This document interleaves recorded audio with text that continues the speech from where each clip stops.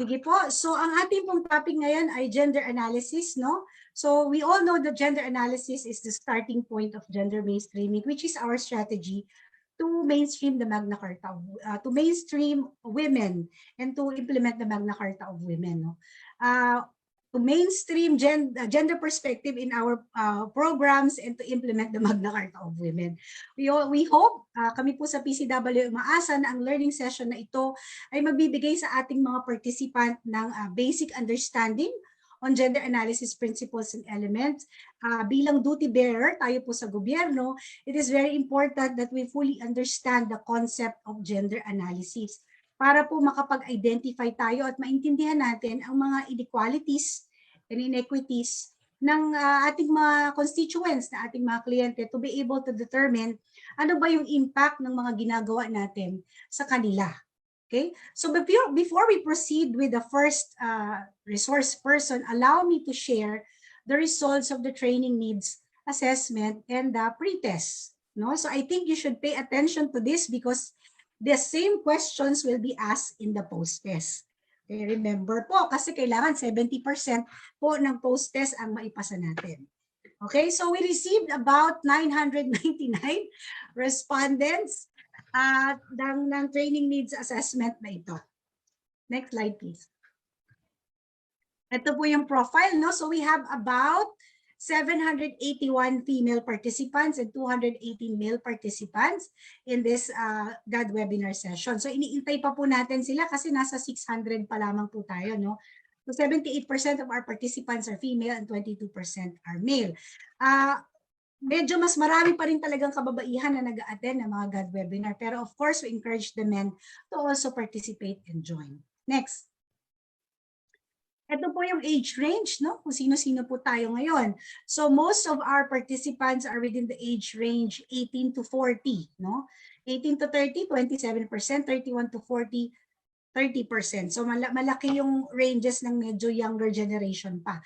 Those of our age, 41 and above, 41 to 50 are 24%, 51 to 60 years old, 16%. And we have about 3% of our participants that are 61 years old and over. So maganda po yan, ano, yung ating mga pa-retire na mga kawani ng pamahalaan ay nagpa-participate pa rin sa mga ganitong webinar series para pag sila ay may ibang career after retirement. Next, please. Ito po, no? So we also ask you about your designation in the GAD focal point system because as we said in our announcement, we prioritize the members of the GAD focal point in this GAD webinar series. So we're happy to note that about 14% of our participants are members of the executive committee. So meaning ito po yung either member ng, either execo member or the chair of the GAD focal point of your respective institutions. We have 56%, no, members of the technical working group. So ito po yung talagang arm ng focal point system really doing the work. And 30% po ang nagsabing they are not part of the GAD focal point system. Sige, so kahit hindi sila GFPS, basta interesado sila, we still accepted them in this webinar. Next po. Ito naman, no, how many years have they been as member of the GAD focal point system? So about 27% po yung not applicable kasi siguro hindi sila member ng focal point.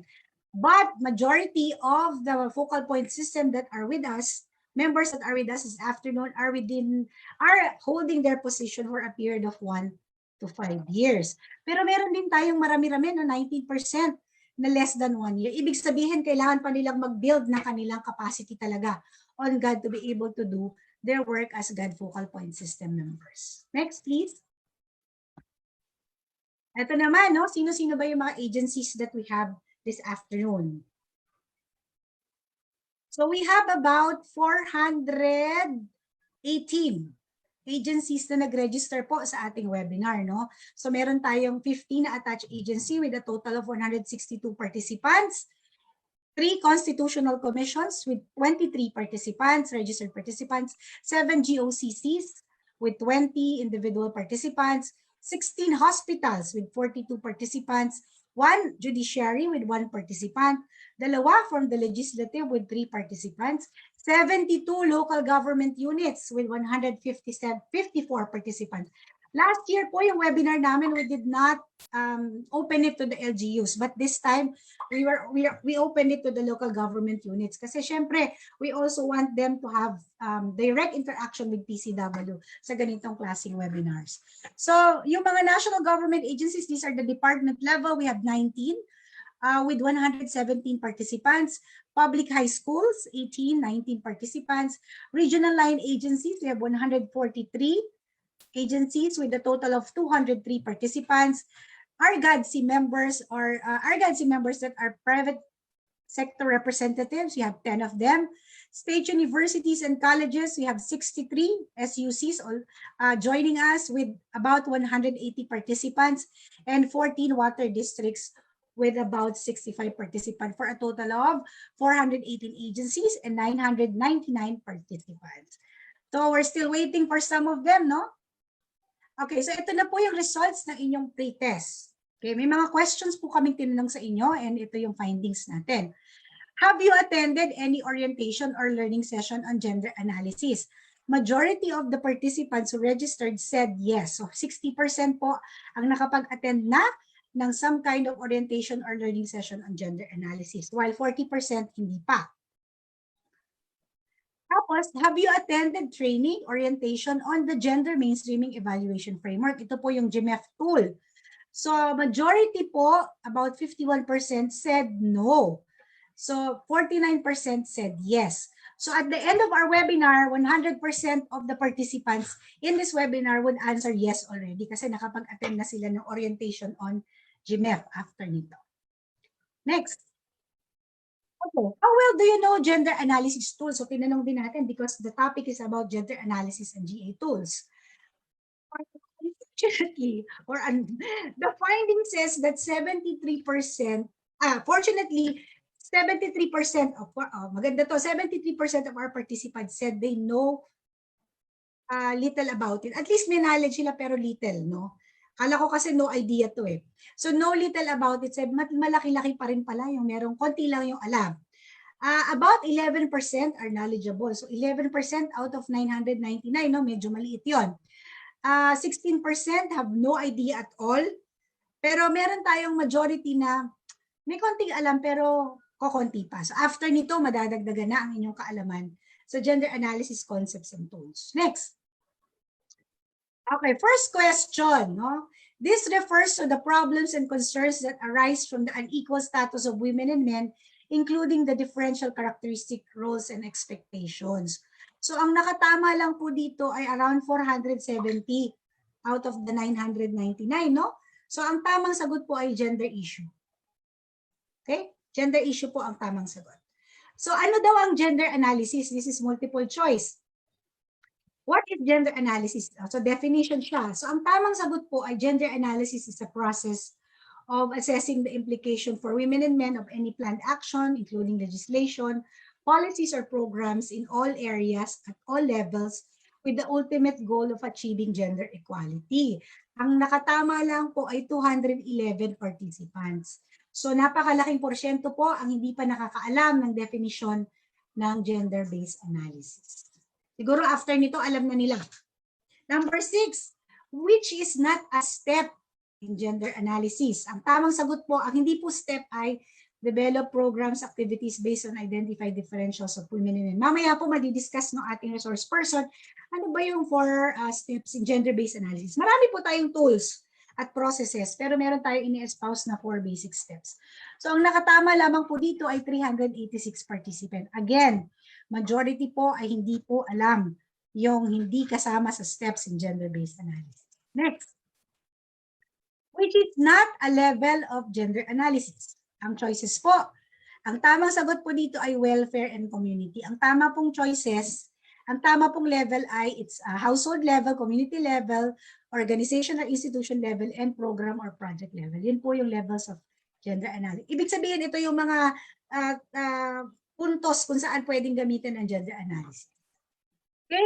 So, merong tayong 200 plus na nakatama at merong mas marami pong magkamali. Okay, which is not a benefit of gender analysis. So, fortunately po naman dito, majority of our participants, 673, we're able to get the correct answer na it supports the multiple burden among women and men. Yun po yung not a benefit of gender analysis. Next. Question number 9. What are the data that can be analyzed for gender analysis are classified as what? Can be both qualitative and quantitative data. So 605 po ang nakatama sa tanong na ito. And then, meron pa ba? Okay. Gender analysis is carried out during which program cycle? Program design, planning, program implementation management, program monitoring and evaluation. The correct answer is all of the above. So yung 240 po, make sure po na tama na po yung sagot nyo dito next sa inyong post-test. The answer is all of the above. Okay po. So lahat po yan ay papasukan ng gender analysis. Number 11, this is a gender analysis tool that tracks the progress and provide a holistic view of the gender mainstreaming process of an agency or institution. The correct answer is the Gender Mainstreaming Evaluation Framework or the GMEF tool. So 675 got it correctly. 324 should get it correctly at the post-test level kasi i-discuss po natin yan. And then I think we have the last question. Okay, GMEF is suitable for blank assessment. So GMEF is suitable for organizational level assessment. So 460 lamang po ang nakatama dito sa ating mga participants. Okay? Meron pa pala. What are the 4 entry points for gender mainstreaming? Okay, so ito medyo nakakalito, no? Projects, program activity, policy, enabling mechanism, and people. Actually, may dalawang bullets po na halos pareho. People, policy, POPs, and enabling mechanisms. Pero, either of the two choices, yun po yung tama. Pero ang dami pa rin pong okay, I think we have to review this, the answer to this kasi parang pareho yung choices natin. Bullets, piece that's 2 and 3. Okay, sige. Disregard muna natin tong number 13. Which of the following is not included in the 5 levels of gender mainstreaming? Ang correct answer po ay policy and enabling mechanism. Hindi po yan kasama sa sa levels of gender mainstreaming. Actually, hindi rin po kasama yung access and control sa levels of gender mainstreaming. Okay? So, dalawa yung pwedeng choices dyan, access and control at saka policy and enabling mechanism. Next po. The blank should invite staff members from relevant offices of the organization to take part in the accomplishment of the GMEF tool. The correct answer is the GAD focal point system. So, maganda po na majority of you got it correctly. Okay? So I think that sums up the results of our TNA and pre-test. So makikita naman po natin may mga areas po tayo na okay, mga tama ang sagot. Meron naman po kailangan nating mag-review at yun po ang gagawin natin this afternoon. Okay? So for this afternoon, we have 2 topics. First, we have the gender analysis, context and framework. And the second session will have the gender mainstreaming evaluation framework. Our first speaker for this afternoon is a pioneer member of the PCW National Gender Resource Pool, Batch 1. Pioneer nga, kaya Batch 1. She has a PhD in Development Studies from the Ateneo de Davao University. So she's currently the chairperson of the Mindanao Migrant Center for Empowering Action Incorporation. She is also a freelance researcher, a trainer on human rights, women's health, gender-based violence, and a resource person and consultant on gender sensitivity, gender analysis, GAD planning, and budgeting. She is an expert in mainstreaming gender in sectors such as health, education, social services, agriculture, microfinance, and many others. Please welcome, let's give a virtual clap to our first resource person, Dr. Rosena D. Sanchez. Over to you, Ms. Rose.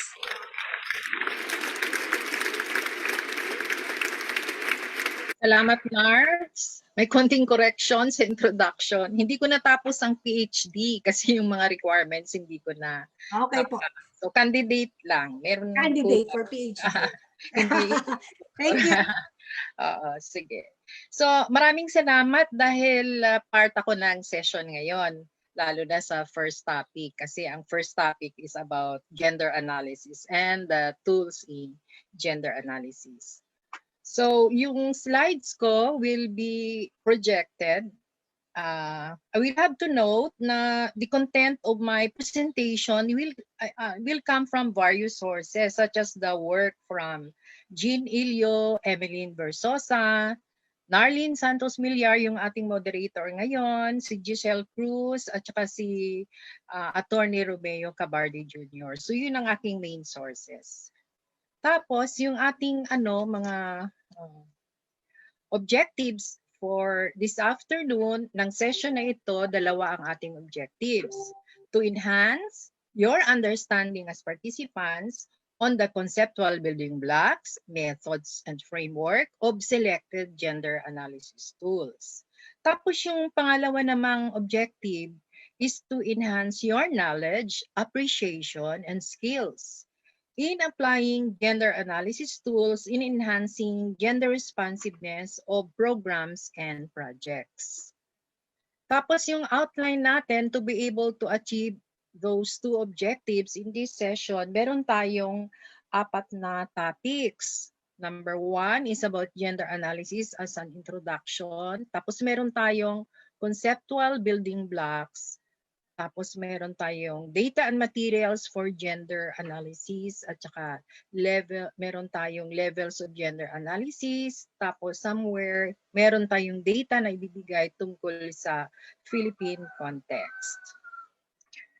Ang isang illustration na susunod ay tungkol sa gender lens. Yung sinabi ni Narlene kanina, dapat i-mainstream yung gender sa policies, programs, and projects. So sa identify, formulate, implement, and monitor, these are the different development processes ng mga policies, programs, and projects na dapat i-undergo natin. Na dapat ipasok natin yung gender lens. Isa na nga yung mga tools ng gender analysis para ma-mainstream yung gender perspective.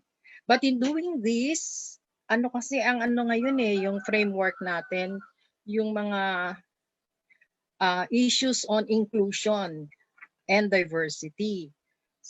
Women and men have various categories in terms of diversities, like in terms of class, age, religion, education, ethnicity, race, sexual orientation, and gender identity, ability, at iba pang forms of social diversity. So dapat context-specific tayo. Titingnan natin kung sino yung target ng interventions natin. Ang priority pa naman ng Magna Carta of Women in the promotion of gender equality ay yung mga marginalized sectors. Kaya titingnan natin yung inclusiveness ng pag-identify natin ng ating mga target clients, ng ating mga development programs and projects. So those social diversities have to be considered. And then, ang first part ng gender analysis natin, yung getting familiar with what is gender analysis. So dito yung introduction. So, bakit kailangan ng gender analysis? Kasi sa trabaho natin in development work, lalo na ninyo who are with government for almost all of you, yung gender planning, GAD planning and budgeting. Doon kasi mapapasok yung gender mainstreaming natin. Sa ating pulisiya, programa, at saka mga proyekto. Kailangan natin i-fill up yung GAD plan and budget na template. So ang first column noon yung we should be able to identify gender issues. Yung gender analysis can help us appropriately identify and formulate gender issues, to which we design our GAD plan and budget according to the strategies that will respond to the gender issues that will be surfaced. And then, it is also to ensure that the concerns particular to women are included in the development agenda. Then, and also to anticipate the impact of policies, programs, services on both women and men. Kaya yung part ng isang gender analysis is really to assess the implications of policies, programs, and projects on both women and men. No? So So early pa lang dapat i-anticipate na yung impact ng policy and programs, services on both women and men. Tapos, gender analysis is also about it's a process of asking or investigating key questions of a planning process. So part siya ng planning process. Maganda siyang gamitin na tool. Nasa planning process, gagamitin natin yung tool ng gender analysis. Kasi ito yung mag-identify ng mga problems, yung unequal situation between women and men na lumabas sa pretest kanina, to identify the gaps or differences between women and men, girls and boys, taking into consideration yung social diversity na na-mention natin kanina doon sa gender lens na illustration. So yung social diversity in terms of age, ethnicity, race, class, ability, SOGI, and other forms of diversity. Sa gender analysis, kailangan din intindihin natin why those gaps or differences exist. What are the factors that determine this? And why do they persist? Why is it that sometimes it can be difficult to respond to the gaps or differences? So there are factors that affect that. So it's also good to identify these things. And then, of course, pag meron tayong gender gaps na nakita, kailangan pag-isipan natin yung anong actions to take to reduce or eliminate those gender gaps or differences. And then, i-define natin ngayon, dito nga naman ngayon, bago tayo magpatuloy, yung first poll question natin. Yes, can we please launch the poll? Okay, So, we request everyone po to answer yes. Oo. So basahin ko yung unang tanong natin, no? Bago kayong sumagot. Gender analysis is conducted before, during, and after the development and implementation of a policy, program, and project. You answer either agree or disagree. So perhaps we can allocate about 1 minute for you to Yes, answer. Ms. Rose. We have about 50% of our participants completing the poll. Ayan. Yeah. Madami pong nagpa-participate. Halos Very good. very good po. Very good ang ating mga participants. 600, almost 700 na sila. So, yes, in a moment, malaman natin kung ano yung mga sagot. Last 5 seconds po. 5, 4, 3, 2, 1. Let's end the poll. So, ayan po. tingnan natin yung results. Okay. So, ang nag-agree, 92%. Ang nag-disagree, yun, konti lang naman. So, 8%. Oo, konti lang naman. Kung malala nyo, tinanong dito kanina. So, ang gender analysis, ikakandak siya bago pa man mag-design ng project. Tapos, kung nakaplano na at na-implement ang yung project, another gender analysis para monitoring. Tapos, at the end of the project naman, titingnan kung ano na yung impact ng project on the relations between women and men.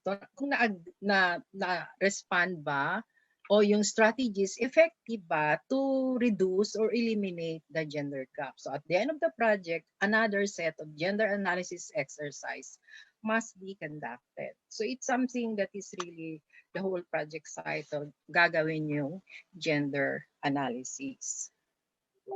So, patuloy tayo. Kung meron kayong tanong, as Narina said, you can, of course, indicate them in the chat box. Or mamaya sa open forum, you have a chance naman to raise verbally by raising your hand.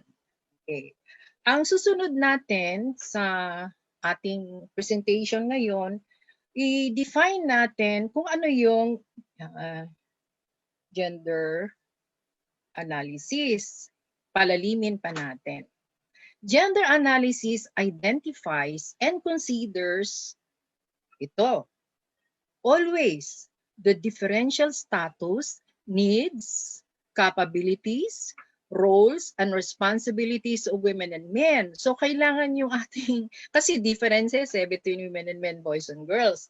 Kailangan natin ng sexist aggregated data and other relevant data that will surface the differential situation between women and men. Kailangan din tingnan natin yung differential access to and control of resources, kasi halos lahat ng mga programa, pulisiya, proyekto, meron talagang resources na ipoprovide yan. Meron mang equal access and control between women and men on these resources.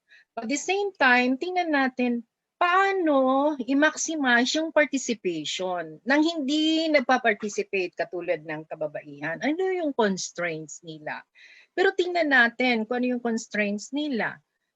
Time ba, mobility, distance, lack of skills, at saka yung mga identities nila, yung ability nila, remote ba sila, no? O armed conflict ba yung area nila. Tingnan natin yon kasi posibleng maging constraints yon.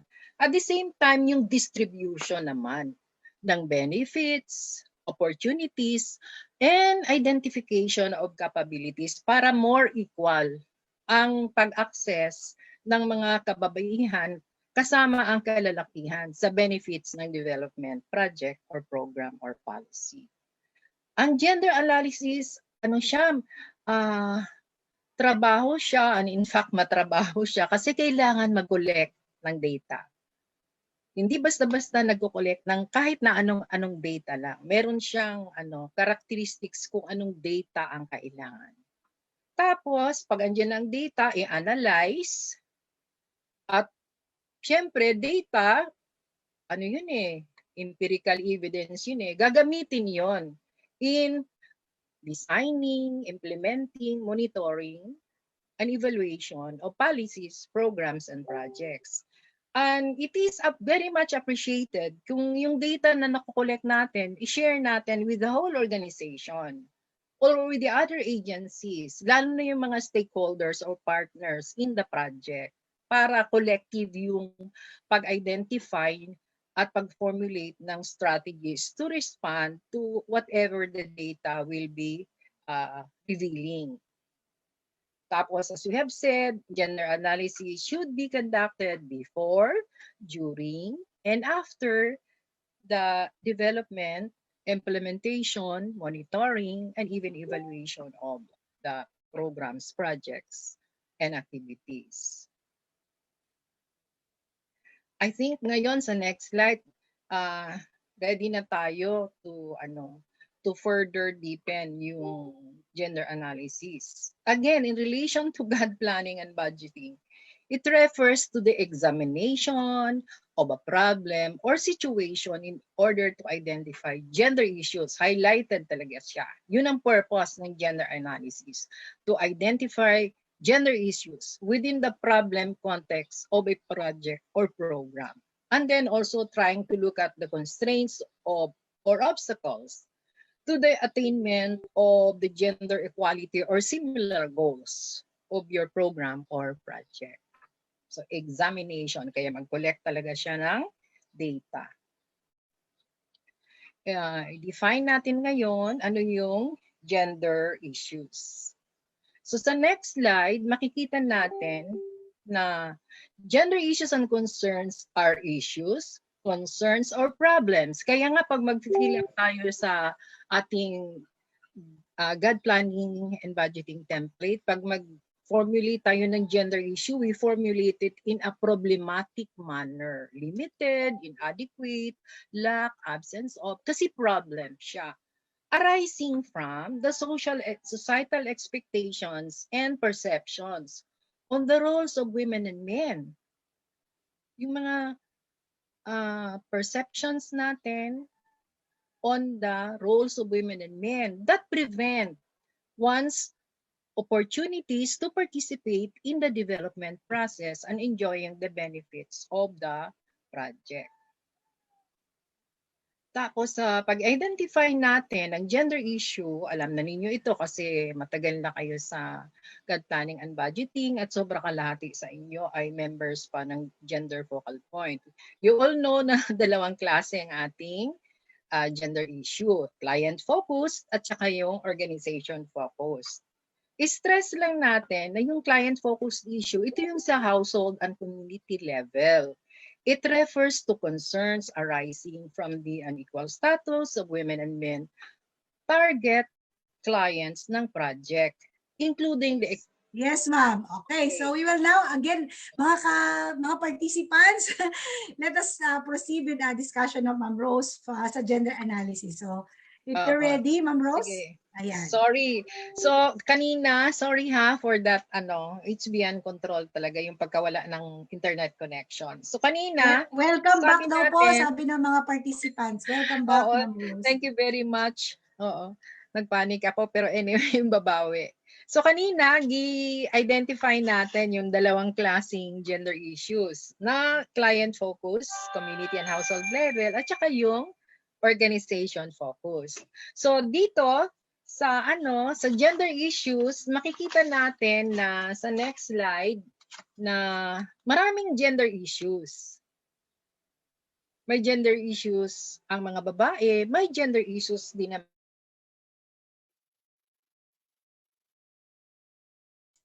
Oh no.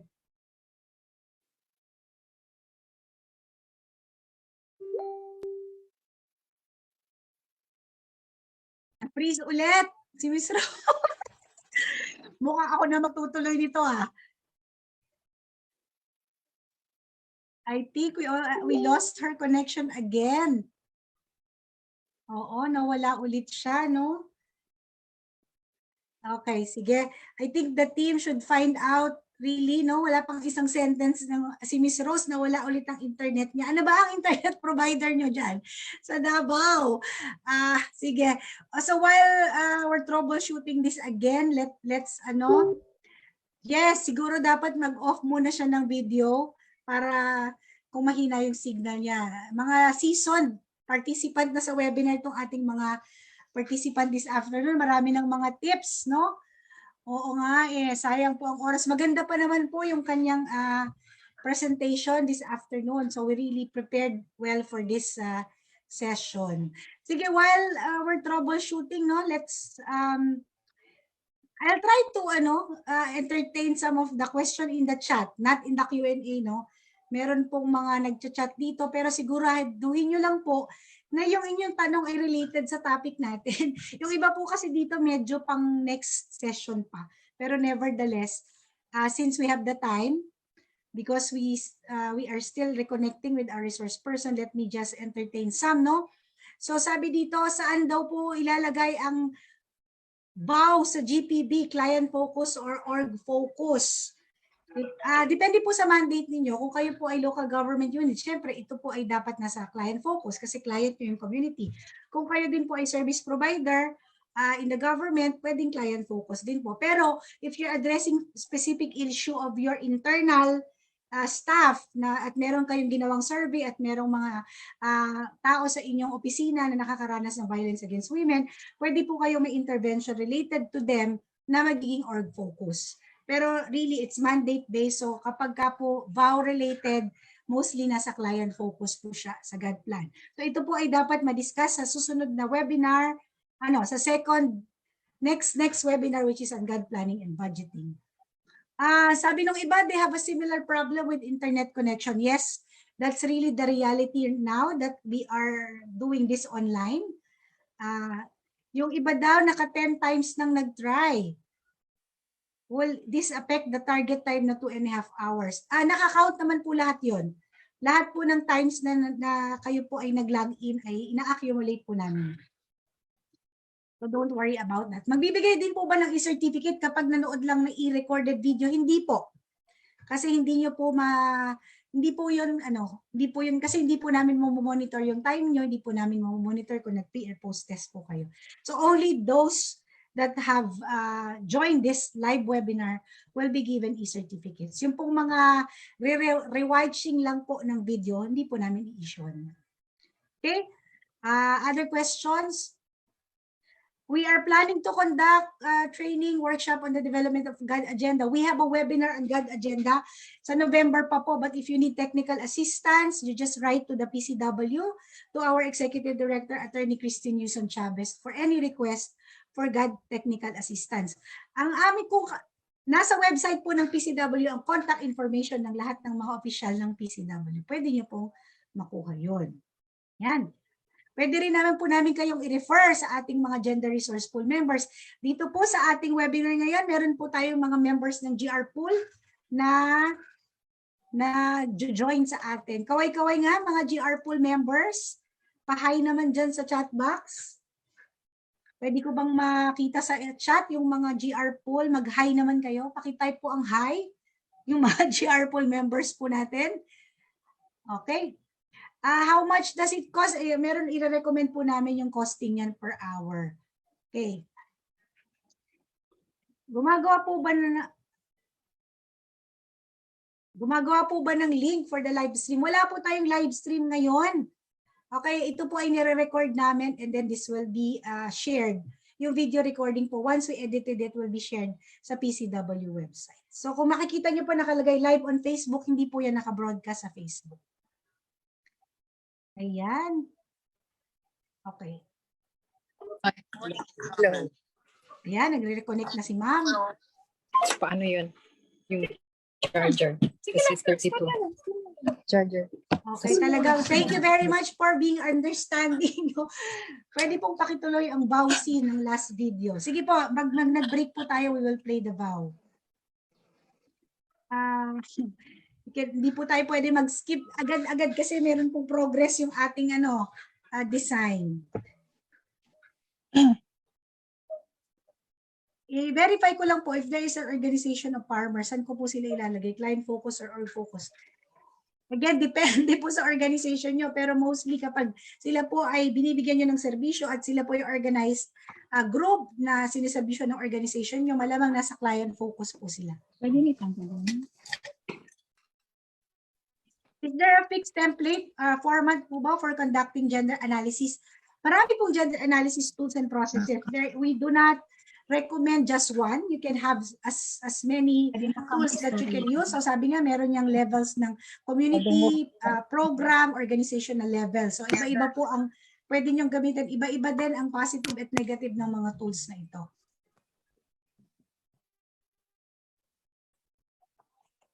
Ayan.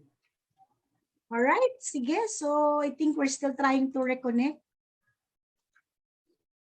with Miss Rose. Sabi ng, we will be sharing the Google Drive of all the presentation materials towards the end of the webinar. You can also visit the link. Get a copy of the Sino si Joyce Bonga? Bakit niya alam to? Okay. Senior niya yung sinabi nung PCW. Okay. Salamat, Joy. Joy Sibonga for sharing. Akala ko taga PCW ka tuloy. Thank you for sharing.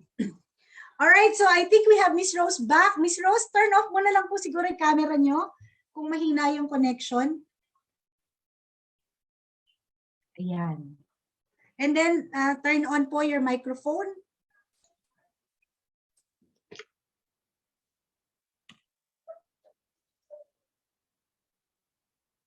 Okay na po ba, Ma'am Rose? Yeah, marinig kita.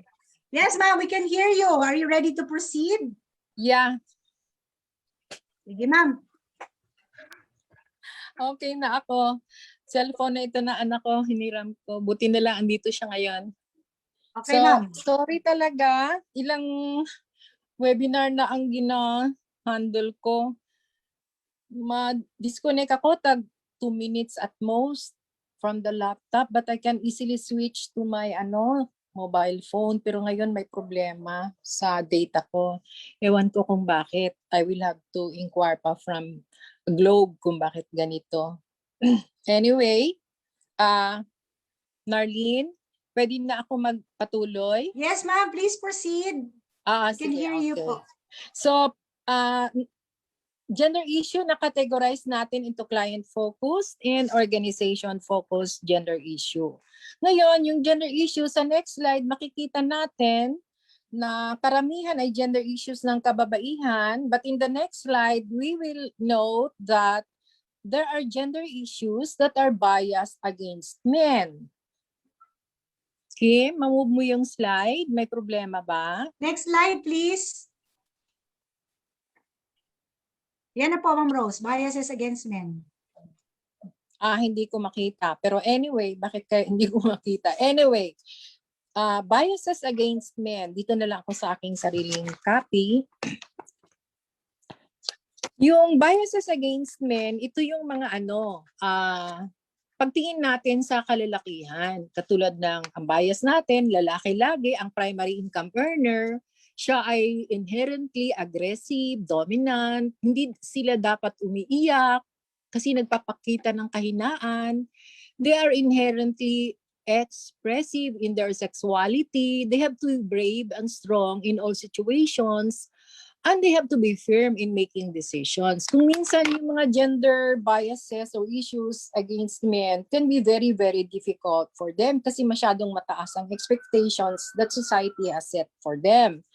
Pero yung gender issues, kasi it's about unequal or differential situation between women and men or unequal power relations. In the next slide, we will see that gender issues affect women more.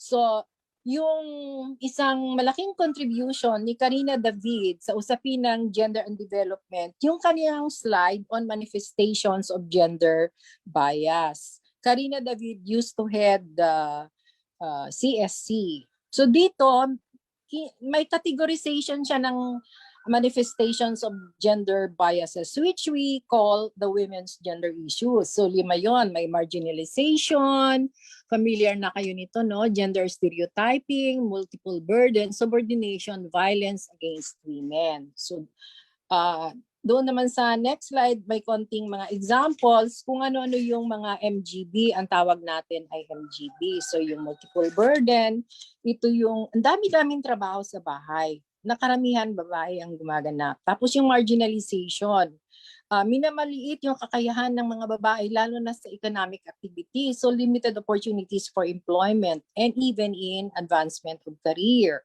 Sa stereotyping naman, ang daming nangyayari sa bahay natin, sa society, katulad ng sexist child rearing natin, how do we assign roles at home, at saka yung yung mga occupations na naka-stereotype, yung mga occupations for women as well as for men. Yung issue ng subordination, ito yung aspeto ng decision making na maraming babae ang mahirapan magbigay ng kanilang panig o magbigay ng boses kung ano talagang nangyayari sa buhay nila at anong dapat nangyari sa buhay nila.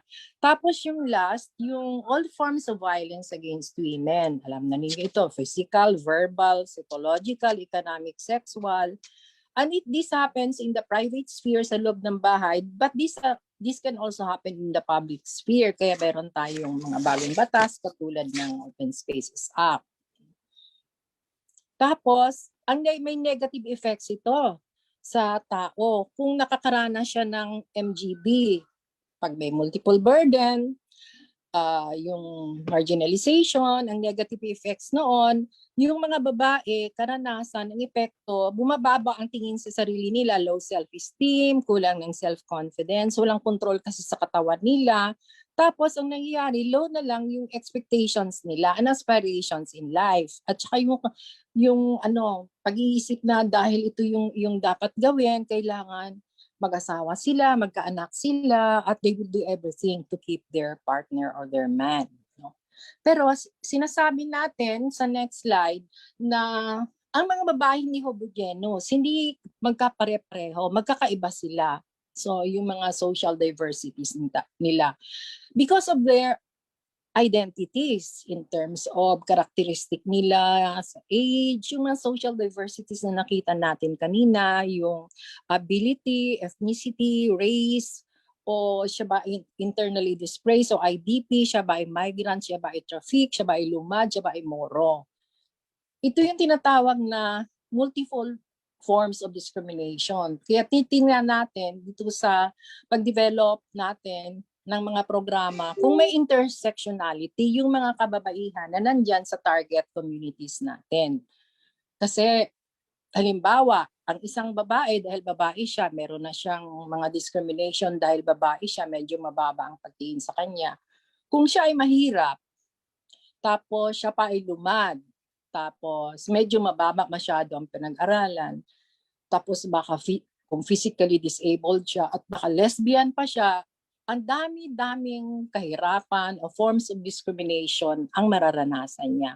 Kaya titingnan natin ito, yung context specific ng mga clients natin sa sa projects na natin i-develop for the community. So yun ang ating introduction sa gender analysis. Intindihin natin na nakakaranas sila ng iba't ibang gender issues, hindi lang mga lalaki, kundi pati na yung mas malala doon sa mga babae. Ang pangalawang topic natin, yung conceptual building blocks. Importante ito na alamin natin kasi sa ibang mga tools natin, sa GMEF, doon sa Hagadaga, at iba-ibang tools natin sa gender analysis na gagawin natin sa gender mainstreaming, lalabas at lalabas itong mga konsepto na ito. So, importante na malaman natin yung halimbawa, ano yung first conceptual building block? Very basic ito. What is sex? Tapos, ano yung gender role? Kung minsan ang tawag natin dito ay gender division of labor na nakacategorize into 4. Reproductive, productive, community managing, at saka community-based politics. Dito naman sa reproductive role na makikita natin sa next presentation, or next slide, ito yung reproductive role that relates to childbearing, tsaka yung domestic chores sa loob ng bahay. So, alam na natin na pagka-reproductive role, childbearing, child-rearing, karamihan naka-assign yan as tasks to women. So, hindi lang sa ating bansa, kundi sa ibang bansa, ganito rin ang role ng mga babae. Pagka-reproductive role, sila ang kadalasang gumaganap nito. Ang mga lalaki, tumutulong din naman, lalo na ngayon na panahon sa COVID, where even them are also forced to stay home. So tutulong sila, pero normally yung kanilang tulong ay doon sa mga trabaho na occasional, tapos hindi continuous ang responsibility, katulad ng mag-repair, minor repairs, carpentry, mag-fix ng light bulbs, o minor yung pipe setting, mga ganun-ganun. Pero this is not continuous. This is not daily task.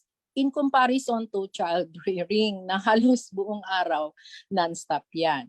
So makita natin dito sa reproductive role, medyo yung mga babae ang maraming trabaho, yung mga lalaki, hindi sila masyado expected to help in the reproductive role. Yung pangalawang role naman, it is in the economic sphere kasi ito yung productive role. These are activities carried out by men and women in order to produce goods and services in cash for sale in the market, in cash or in kind, no? Exchange na pwedeng nagaganap ngayon. Dito sa syudad, merong ganon, at saka lalo na sa mga kabutiran. Dito sa productive role, may ipapakita tayong data na totoo, mga babae gumaganap naman ito, no? Pero nakalocate sila sa lowest paid jobs kasi ito yung mga domestic work o yung mga informal sector na enterprises na karamihan ay kulang ng social protection tapos lowly paid pa. Unpaid pa yung trabaho nila. Tapos dito sa men naman, usually they're engaged in formal economy. At kung titingnan natin yung top management o head ng mga sektor, halimbawa ng economic enterprises, ito ay karamihan lalaki. Tapos lalo na sa productive role, mga kalalakihan ang considered na primary income earners. So makita natin dito, meron ding gap, gender gap din ito kasi pagka productive role, lalaki, konti lang ang role ng babae. Yung pangatlong role naman, tinatawag nating community managing role. Ito yung voluntary and paid activities at the community level. So ito yung mga BHW, mga barangay nutrition scholars, yung participation ng mga babae sa mga PTCA, mga purok meetings, no? Mga JKK, kung fiesta, sila karamihan ang kumikilos. Tapos yung mga kalalakihan naman, nandiyan naman sila, nakikita natin yung kanilang role sa community na peace and order. Sila ang ronda natin, barangay tanod natin. At nakikita na natin din sila, lalo na yung recent na intervention ng kababaihan, yung community pantry. Nakita natin na ang daming lalaking kumilos para tumulong. Hindi lang mag-ambag kung ano yung makaya nilang pera, pagkain, anumang goods dyan. Kundi tumulong sila sa paghakot, pag-maintain ng linya, sana ganon na shared. Pero most of the time, pagka walang COVID, hindi natin nakikita yung ganitong samahan talaga na mga lalaki talagang andyan, marami ang tumutulong, no? Pero usually sa community under normal circumstances, basta collective work na voluntary and unpaid sa community, kababaihan ang gumaganap niyan. Kaya kung ganito ang lalabas sa gender analysis, again, there is a gender gap kasi in the performance of this task, which is voluntary and unpaid, it's not counted, babae naman. Mga kalalakihan meron, pero hindi kadalasan. Yung pang-apat na napaka-importanting role, ito yung tinatawag na constituency-based politics role. Mahalaga ito na role ng lalaki at babae kasi ito yung leadership. Tapos yung nagdidesisyon sa mga organisasyon, whether private or public. And therefore, it is with power at saka access to resources. Tsaka yung mag-set ng agenda, mga leaders talaga yan.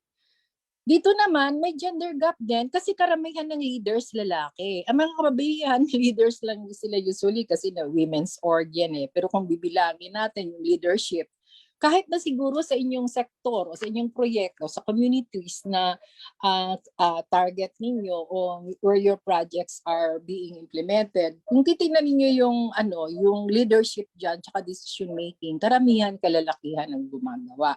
Mga kababaihan, may boses sila, pero hindi pa ganon kaganap, no? So yun ang una nating gender role or gender division of labor as the first concept. Yung pangalawang concept naman, yung access to and control of resources. Importante ito kasi halos lahat kayo sa inyong mga programa at proyekto, mayroong resources na i-allocate. Ngayon, yung mga resources na i-allocate ninyo ay iba-ibang klase. Yung resources natin can be classified into economic, political, social, information, education, time, at saka internal resources. Kim, parang hindi akma yung slide natin. So doon tayo sa access and control.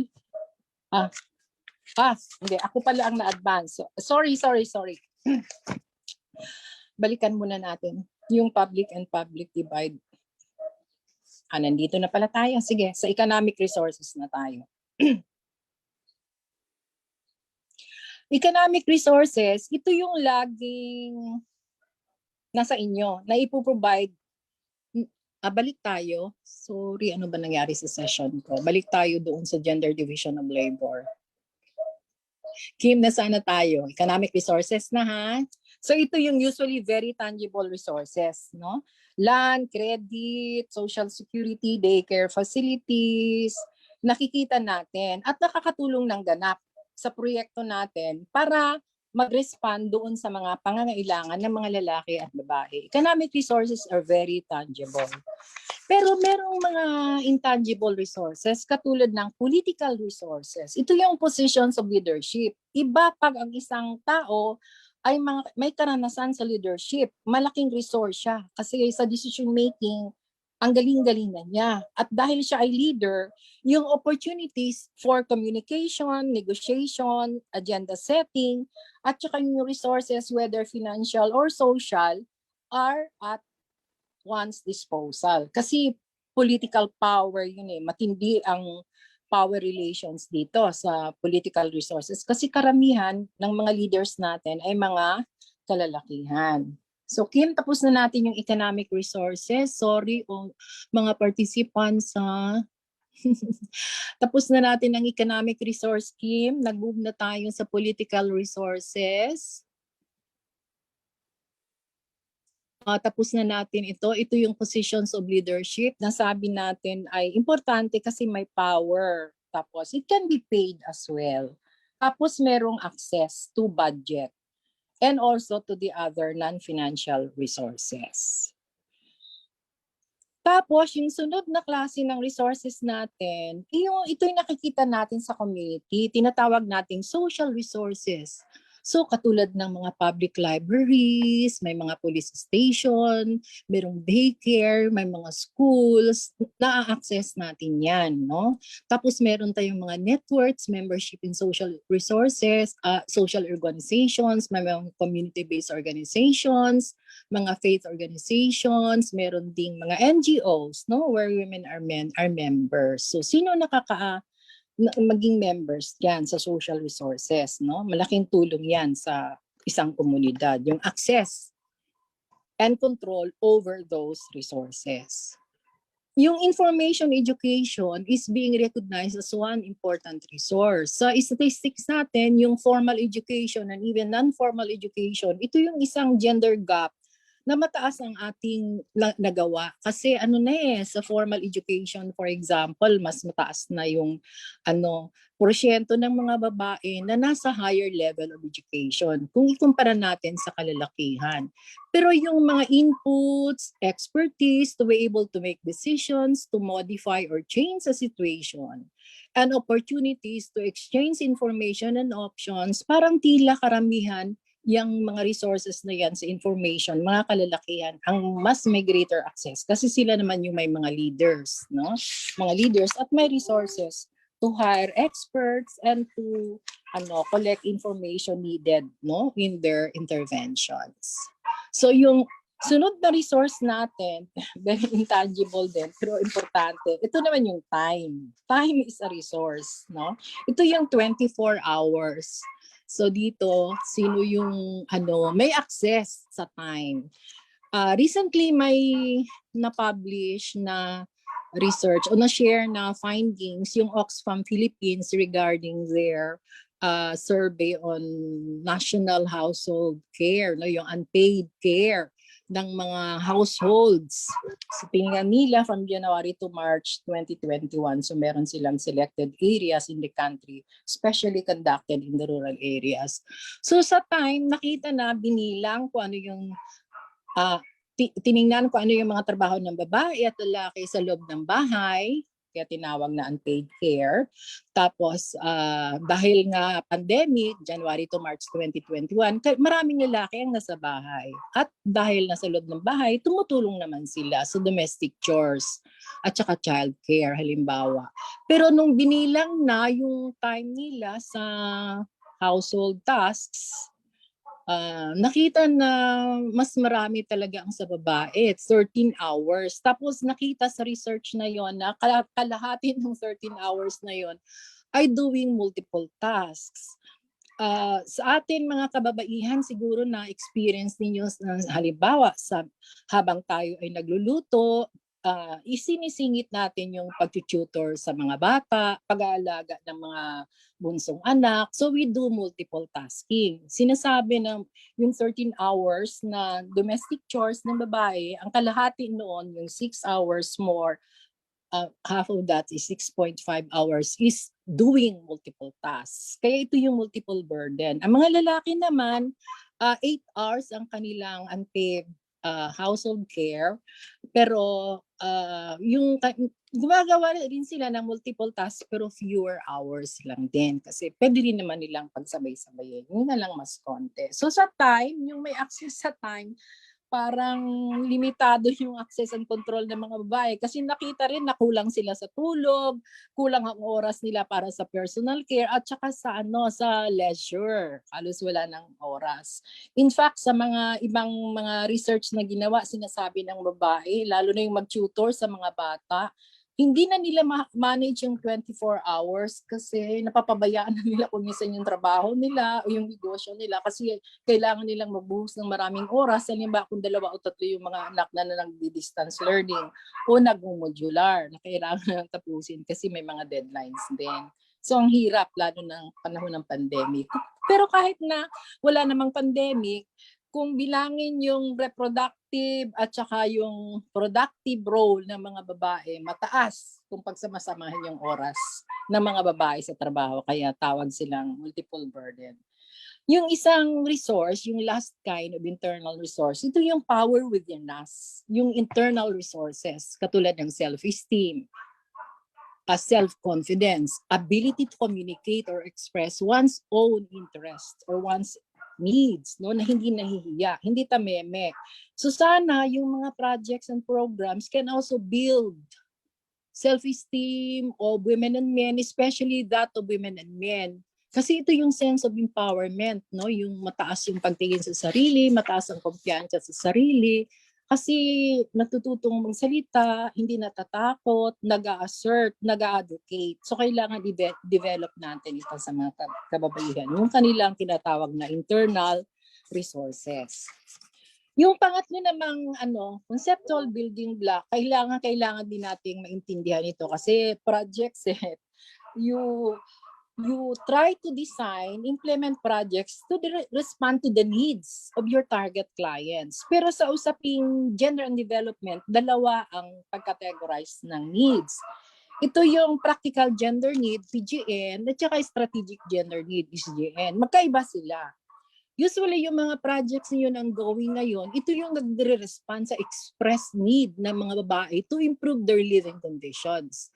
Pangangailangan ng mga lalaki at ng mga babae. Ito yung mga shelter, housing, education, healthcare, mga drainage system, electricity, na kailangan to improve their living conditions. Pero pwedeng ang isang babae, meron lahat yan. May tubig, may bahay, may pagkain, may healthcare, may edukasyon. Pero pwedeng yung gender relations or division of labor, ganun pa rin. Yung reproductive role, babae. Community managing role, babae. Pagka productive role at saka decision making, yung constituency-based politics, lalaki pa rin yun. So pwedeng may access sila sa practical gender needs. Pero yung power relations, hindi siya nasasagot. Ito naman ang kaibahan ng SGN. Kasi sa SGN naman, ito yung bringing about, these are actions and interventions that bring about structural changes and empowerment of women. So kung tingnan natin sa next slides, meron pang mas malalim na pag-elaborate kung ano yung PGN at saka SGN. So sinasabi na ang PGN, immediate, short term, tapos easily felt. It's unique to particular women, especially poor women, because it's about the responsibilities and tasks associated with their traditional gender roles. So sa cooking, dapat may tubig. Sa paglalaba, dapat may tubig. Edukasyon, may bahay, may pagkain.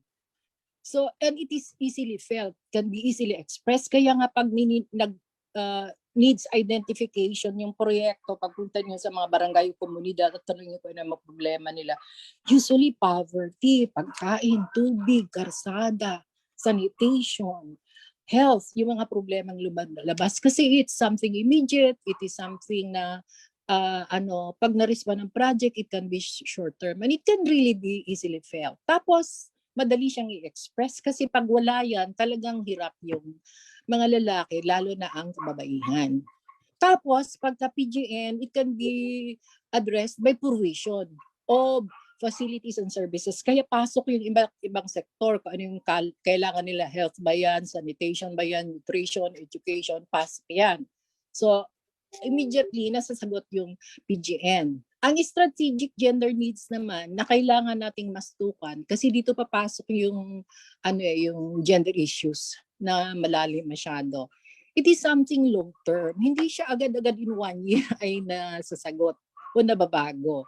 It's common to almost all women, rich and poor, educated or not educated, they can experience it because this is about the disadvantaged position of women, yung lack of voice in decision making. It's about leadership. Women are not considered as leaders.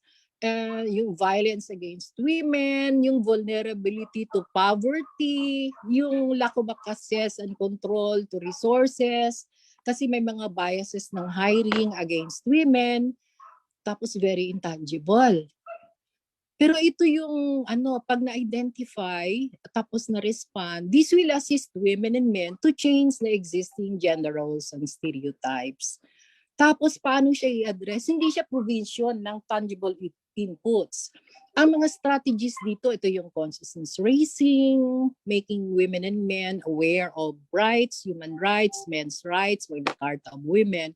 It's organizing women para mas malaki ang boses nila. Tapos yung bringing them into advocacy, kung ano yung nararapat para sa kanila. Tapos sa next slide, kung palalimin pa natin yung PGN and SGN, kasi may test tayo pagkatapos nito. Ito yung mga proyekto na PGN involve women as beneficiaries kasi posible yung mga projects nyo top down, tapos na yung design. So it's merely informing the women and men, ito yung proyekto, ito ang gawin natin, kayo ang beneficiary. So parang passive recipient sila ng proyekto. Tapos it's unique to particularly women like poor, and it can improve their living conditions kasi tubig nga, no, o housing or education. Yung strategic gender needs naman, it is something which is yung mga babae are really active participants in development. Kaya ang tawag sa kanila agents of development. Kasi sa pag-identify pa lang ng needs, involved na sila, tinatanong sila.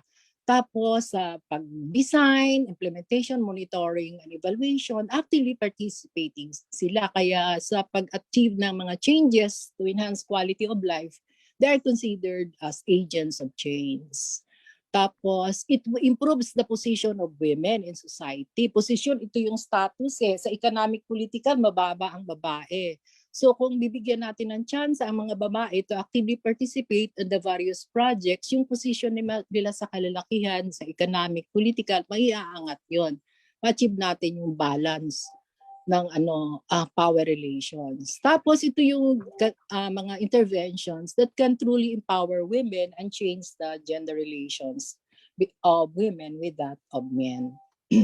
Tapos given that input on PGN and SGN, meron na naman tayong set of poll questions. Tatlo ito. So siguro we can launch na yung ating poll question.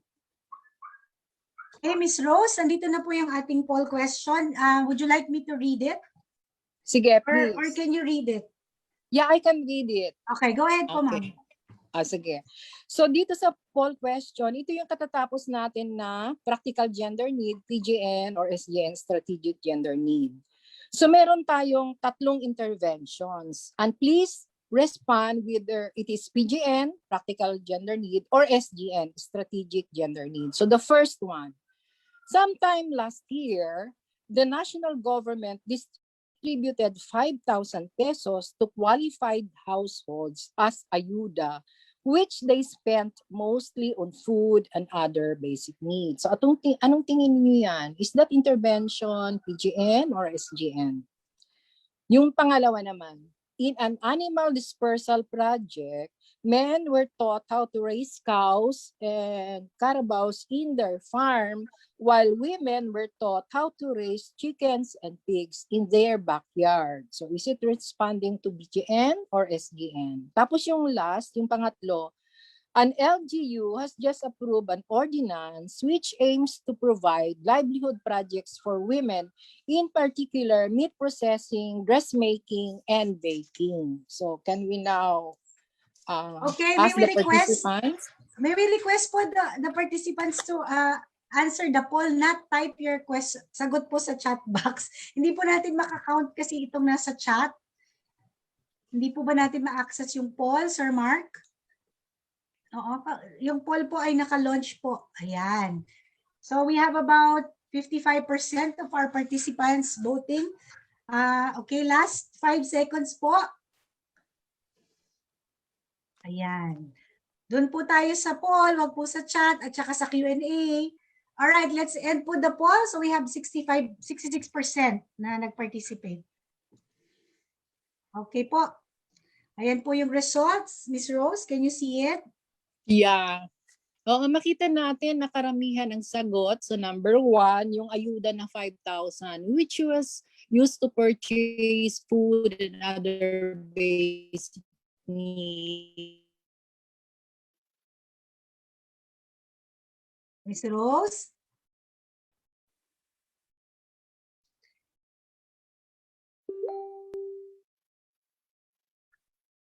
needs. Ang tamang sagot ay PGN, Practice Power Relations, o pambili ng mga gamit sa eskwela. It does not have power relations. So, yung pangalawa naman sa Animal Dispersal Project, kasi ito yung parang typical project na basta farm, malaking lupa, tapos malaking animals, tapos easier to raise relatively pag na-train lang cows and carabaos. Pag nabenta naman ay malaki ang pera, mga lalaki yan. Pagka chickens and pigs sa backyard lang, it is something small scale. Ang hirap pang i-raise nila kasi matrabaho, tubig, malinis, dapat hindi mabaho, magastos pa pati kasi bibili ka ng pagkain. So ang dapat sagot dito ay PGN. Dapat, kung gusto natin gawing strategic gender need dito, yung training on how to raise cows and carabaos in the farms, make it also accessible to women. If there are those who are willing to raise cows and carabaos after sufficient training, they can also avail of that. Kasi higher yield ito at saka higher value. So parang traditional IGP na basta small scale, tapos labor intensive, malaki pa ang gastos, pambabae. Pero pagka malaking value na, cows and carabaos sa lalaki na. So baguhin natin yung pagtingin natin dyan. Para yung mga babae maka-experience din ng access to bigger projects, bigger resources, bigger incomes din. Tsaka new skills din kasi raising cows and carabaos eh. So PGN pa rin siya. No? To make it SGN, as I have said, make the project, yung cow racing at saka carabao, accessible also to women. No? So it's creating new roles of women. It's creating new opportunities for women. Hindi yung traditional na backyard lang, tapos konti lang ang benta, tapos maliliit pa na hayop, matrabaho. Miss Rose, Okay. nakakatuwa, Miss Rose, kasi may mga participant na nag-engage sa'yo sa chat, may mga comments sila habang nagdi-discuss. I think tama naman po yung mga napipick up nila sa inyo. May mga nagre-raise about bakit daw practical, they were taught, pero nung na-explain mo naman, okay, so dapat pala, practical pa lang siya, hindi pa siya strategic kasi hindi pa na-expound yung opportunities ng kababaihan. So meron po mga nag-chat sa inyo dito, no? Parang they're very engaged in your discussion. Just want to let you know, Miss Rose. Proceed po. Okay? So yun pong third, Miss Rose? And try to respond mo yon para ma-expand to project new opportunities and new roles for women. Yes. Yung ating mga IGPs for them, bagong trabaho, malakihang income, tsaka new skills for them. Yeah. No? And it can be something very, very sustainable then. Yes, correct. Okay? Okay, so thank you for that. Dito naman sa hindi ko makita yung yung ordinansa na IGP rin sa mga babae. In particular, meat processing, dressmaking, and baking. Siguro alam niyo na ang sagot dito. Pero 21% lang ang correct. PGN pa rin ito. Kasi yung IGP na naisip ng LGU, traditional pa rin. Meat processing, dressmaking, and baking, to which hindi siya sustainable. Naka-assign siya na role ng babae. 1 buwan, 2 buwan, mabenta. Pero pagkatapos niyan, wala na. Yung extension ng women's role na meat processing, pagluluto, paggagawa ng damit, baking, pagluluto pa rin. So kung merong livelihood projects for women, you create new roles, new opportunities, better skills, tapos sustainable. Yung kanilang income, katulad halimbawa, why not katulad ng TESDA, nagtitrain naman sila ng babae sa driving, sa welding, no? Sa automotive, no? Pwede naman silang turuan. In fact, may mga involved ako sa BIR dito, Region 11 sa kanilang projects. Tapos merong isang bidding ng projects, construction. So nakita na sa MOA yung mga workers are all men. Pero nakita naman yung nagkwento tayo ng konti tungkol sa pwede ba yung construction will create new roles, new jobs for women. Total, may listahan naman ng TESDA kung sino nagtapos ng electrical, ng welding, ng pipe setting, mga ganon-ganon, no? Pwede naman silang i-contact at TESDA sa area. So sabi naman ng mga architects and engineers, actually sa totoo lang, may mga babae naman na involved sa construction. Magaling sila sa polishing, magaling sila sa tile setting, sa painting, even in welding, no? Marunong din sila. Yun nga lang, kailangan baguhin yung pagtingin. So kung meron tayong naiisip na IGP para sa kababaihan, wag lang yung traditional role nila na extension ng kanilang reproductive role, which is cooking or dressmaking. Mag-create tayo ng new jobs for them. No? Even driving, pwede rin naman silang mag-drive. In fact, yung mga babae na lumalabas ng bansa, ang trabaho nila sa labas ng bansa, drivers. Pero pagdating dito, walang nang-hire sa kanila as drivers. May mga babae ding welders like sa shipyard sa Cebu. Sinabi ng planning officer ng Cebu na yung magaling mag-troubleshoot ng welding sa shipyard nila, mga babae kahit na gaano kahirap, karaya niyang troubleshoot. So again, kung mag-isip tayo ng IGP, it's something na new opportunities, new tasks, new skills. Kasi ang TESDA naman, magaling sila mag-train ng mga creating new skills for women. So, maintindihan ninyo kung bakit siya ay practical gender need pa rin. Kasi very traditional yung IGP. Hindi pa sustainable, low income, stop na naman. Samantalang kung may skill sa welding, electrical, driving, gano'n, it's something sustainable. And in anywhere they go, they can be hired. Kailangan lang baguhin yung pagtingin ng mga employers in the public and private sector to give more opportunities for women to these blue-collar occupations. So, okay ba yon? Yes, ma'am. Actually, Ms. Rose, napaka-engaging pa rin ang ating mga participants. Ang daming nag-i-input sa chat box, no? Yung mga kanilang samples, no? I think some of them are from TESDA because they're saying na meron pang ino-offer na ibang courses, no, from construction, no, merong mga ganon sinasabi sila. Thank you sa mga participant natin, no, for being engaged in the discussion of Ms. Rose. At saka na-appreciate daw po nila yung pagbigay niya ng example ng practical and strategic gender needs. So sa kanila, ma'am, ang analysis is practical, medyo leaning towards the traditional roles and expectations of women and men. And yung strategic, ito yung medyo may binabago na tayo in terms of empowerment and accessing of power and controlling of resources of women and men. So na-clarify po sila sa inyong explanation, Ma'am Rose. Salamat, Nerlene. I'm happy na ganun ang naging learning. Sabi mo kasi may challenge kanina na kailangan may learning tayo. So ito Yes, yung medyo pagbutihin pa ng mga proyekto natin. Creating new roles and not just sticking to the traditional roles for women. Kasi it's, as you have said, it's part of women empowerment, no? Yes, ma'am. So, pero clarify lang, Ms. Rose, no? Yung practical and strategic gender needs, pwedeng parehong addressan to sa GAD program ng agency, di ba? Hindi naman ibig sabihin puro lang tayo sa strategic. Kung may practical need pa din talaga tayo i-address, kailangan bigyan pa rin natin ito ng pansin. Tama po ba, Ma'am Rose? Yeah, actually, kung titinan natin, yung mga interventions naman ng proyekto, it's all PRAC-TGN. Kasi water, housing, health, education, PGN yan. Tapos may resources allocated for that. Yeah. But as we answer PGN, we should ask them, ito yung sabi ko long term, it's not easily identified, it's not easily expressed, hindi siya felt.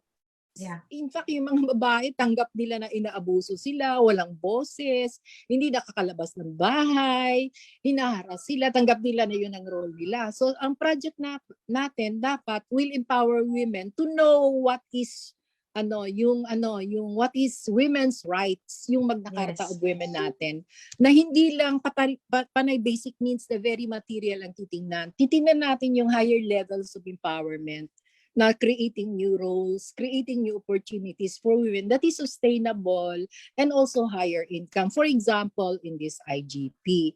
Later, Nerlene, baka mas maliwanagan pag tingnan na natin yung ibang tools. Yes, ma'am. So sabi po nila talaga, ma'am, talagang very clear yung pagkaka-explain nyo, naintindihan na daw nila ngayon. At nagpapasalamat sila for your session this afternoon, lalo na dito sa PGN and SGN. So sige po, let's move to the next part of Ma'am Rose's kasi mas marami pa po siyang example na ipapaliwanag. Okay. So punta tayo sa last na yung basic concept ng gender analysis o building block. Ito yung constraints. Constraints to women's participation in the project. Bakit kung may project, konti lang babaeng lumalapit at nagpa-participate? Tapos, bakit hindi sila nagsasalita? Pag tinanong kung ano yung sagot ng mga kalalakihan, agree na lang, sunod-sunuran na lang sila. Bakit pag kailangan na sila sa isang proyekto, magsasabi darating ako pero wala naman sila? So yung participation nila in the project, ang daming constraints. It can be in terms of distance, mobility, yung limited on transport. It can be in terms of time, or it can be the demands of work at home, yung multiple burden nila. So titingnan natin yan. May mga factors bakit may mga constraints katulad ng mga individual preferences ng mga kababaihan. Total naman, hindi naman ako primary income earner, so dito na lang ako sa bahay. So constraint siya. O baka naman yung mga kalalakihan may pagtingin na ako lang ang kikita, ako lang bubuhay sa inyo, dito ka lang sa bahay. So constraint din yon na hindi pagpayag ng mga lalaki na mga babae mag-engage ng participation sa mga projects katulad halimbawa ng economic activities, no? Tapos yung social norms and conventions, may expectation kasi na, decision making, lalaki yan. Pag leader, lalaki, iboto natin na mahalaga ito, yung leadership kasi makikita natin konti pa lang leaders natin tapos election next year. So yung mga stereotyping natin na pag babae, sa bahay ka lang. O, wag ka muna masyadong magtrabaho, trabaho ko yan kasi ako ang lalaki sa bahay. Yung mga kung magtrabaho ka man, hanggang ganito lang, yung mga traditional IGPs, wag ka mag-welding, wag ka mag-drive kasi pang lalaki yan eh, parang mahalay tingnan. Yung mga ganon-ganon na social norms and conventions. Tapos yung mga institutional, legal, market faith, mga ganon-ganon. May mga paniniwala na hindi ito kaya ng babae, kailangan ito lang. Tapos may mga biases po yung market o private sector. Na pag may mga opportunities for employment, o kahit na nga ang gobyerno, kailangan ng welder, kailangan ng driver, pero ang i-hire naman nila ay babae, ay lalaki.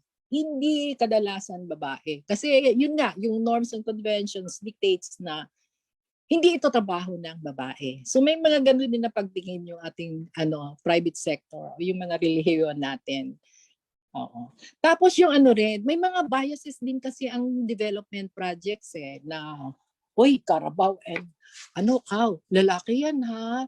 Yung mga vegetable raising, backyard gardening, sa babae yan. So stereotyping na naman. So launching traditional projects that does not create new opportunities for women. So it poses constraints to women as well, no? So yun ang pang-apat natin. So pag meron tayong project, ito yung definition kanina natin ng gender analysis. We have to anticipate the impact of a project to women. Hindi pa man nangyayari, ano ang mga constraints to their participation? Ano ang constraints nila to equal access and control over resources? Kaya magtatanong-tanong tayo tungkol dito. So yan yung mga building blocks. Bitin natin, gender division of labor, reproductive, productive, tapos community managing, at saka constituency-based politics. Meron lang na-skip na slide, pero hindi na natin balikan kasi baka malito na yung nag-a-assist sa akin. Yung public and private divide, when you access the PowerPoint, this is a very important slide. Yung public and private divide, makita natin na malinaw masyado yung gender power relations between women and men because of the gender division of labor. Pagka-productive, which is unpaid, counted. Pagka constituency-based politics, which is decision-making, leadership, access to resources, and more power, lalaki rin ang karamihan. Pero pag reproductive role, unpaid, multiple burden. Pag community managing role, voluntary, unpaid again, kababaihan yan. So dito pa lang makita natin yung gender power relations. Kasi women's sphere yung reproductive and community managing. Ang men's sphere yung productive na paid, recognized, rewarded, mga ganon-ganon lalaki. Kaya sa proyekto natin, titingnan natin ito, itatanong-tanong natin ito kung gaano kalaki yung gender gap. Kasi pag hindi natin nakita yung gender issues or power relations between women and men in the performance of their gender roles, mahihirapan tayong magkamit ng better opportunities for women, yung pagbabago sa gender power relations. Kasi yung men's sphere may power. Yung reproductive ang community, invisible yun. It's not even considered as work. It's not counted. So napakalaki ng gender gap kung gagamitin natin yung reproductive, yung gender roles na yun. So nabalik na yung slide. So patuloy tayo. To sum up, doon na tayo sa part 3, data and materials for gender analysis. But while someone is trying to locate the next slide, to sum up, 4 na conceptual building blocks: gender roles, access and control, gender needs, at saka constraints. Tanong-tanong natin yan sa ating gender analysis tools. Ang pangatlo, ano yung mga data and materials for gender analysis? Parang research kasi ito kasi data collection. So 2 klase, qualitative data, na kailangan yung i-gather na data, sex disaggregated naman. So ano yung boses ng mga kalalakihan tungkol dito? Ano ang boses ng mga lalaki, ng mga babae tungkol dito? Kaya kung lalo na pag sensitive yung project, kasi tatanong ng SGN yung subordination, voice, decision making, yung mga abuse against women.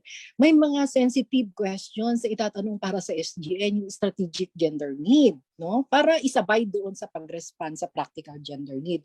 Kaya kailangan separate yung sessions ng data collection between women and men.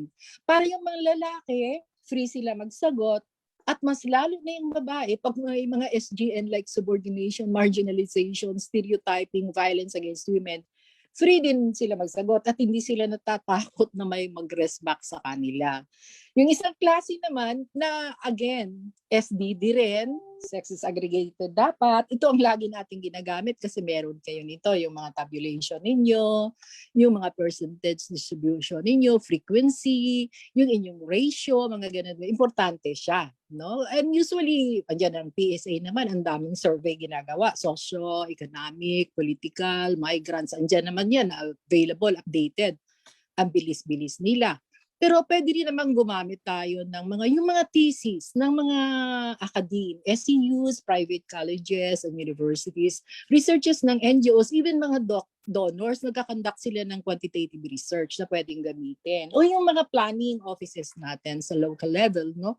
May mga data rin sila, tingnan natin. At saka alam nyo, sa paggagawa ko ng research over the years, ang dami palang data, yung barangay, yung health center, at saka yung BHW sa mga SGN, alam nila kung sino yung bubog sarado, alam nila yung anong masamang nangyari, like may incest ba or may rape o may malubhang sakit, o yung hindi man lang nakakapag-desisyon kasi hindi pwedeng magsalita, nasasaktan o nakakatikim sa partner, no?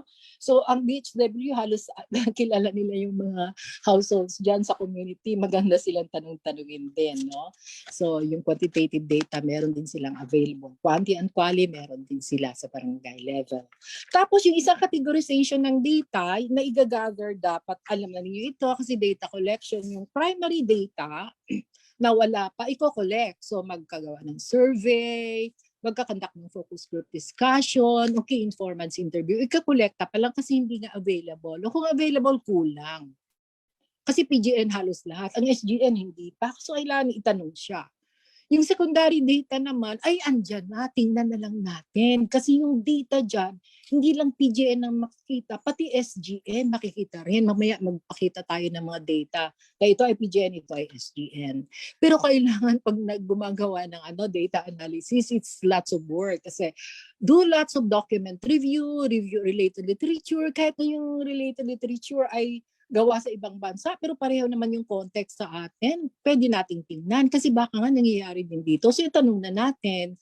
Tapos, kung walang budget o kulang ng expertise, please, you can work with the SCUs and the academe, the NGOs kasi sila yung nangangailangan ng ng mga topics na pwedeng gawin nila, no? Maraming hindi makatapos ng thesis o dissertation kasi hirap maghanap ng topic. So pwede niyo ipakandak yung gender analysis nila na pwede niyo namang gamitin.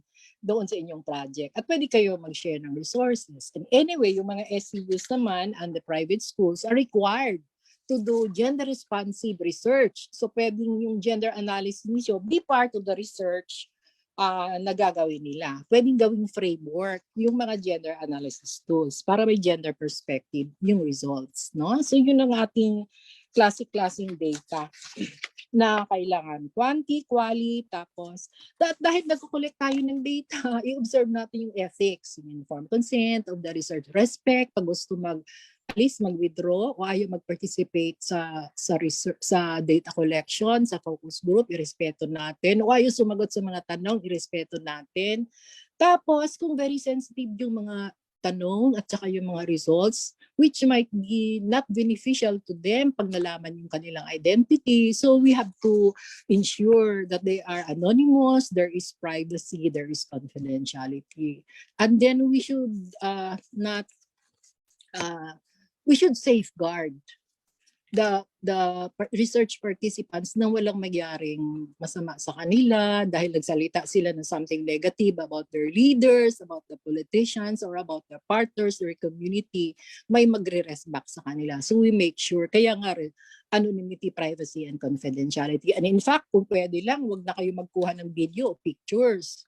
Lalo na kung may negative implications, kung malaman na ito yung nagsalita na against doon sa mga leaders sa community. So do no harm. And of course, yung acknowledged sources and references. No? So yun ang ating about data collection, materials in data collection. Ngayon, I think meron naman tayong poll question. Yung susunod, I think dalawa ito kasi papasok na tayo sa another topic. Yes, So, ma'am. Pero Miss Rose, may I remind you that you only have 30 minutes? 30? Kasama na po, nag-adjust na po kami ng time dun sa nawalang time natin. So 30 minutes. You have to end at 3:30 po, Ma'am Rose. Okay. Thank you very much for the adjustments. Okay. Ito po yung poll natin. Pakisagutan po natin. Okay. So dalawa yung tanong natin. There are more male TVET graduates in 2020. Yung TechVoc na education and training courses ng TESDA. There are more male TVET graduates in 2020. True or false? Yung pangalawang tanong, with regards to Philippine population currently, there is slightly more women than men. True or false? Okay, so please try to answer the poll, yung dalawang poll. True or false? Then we will look at the results.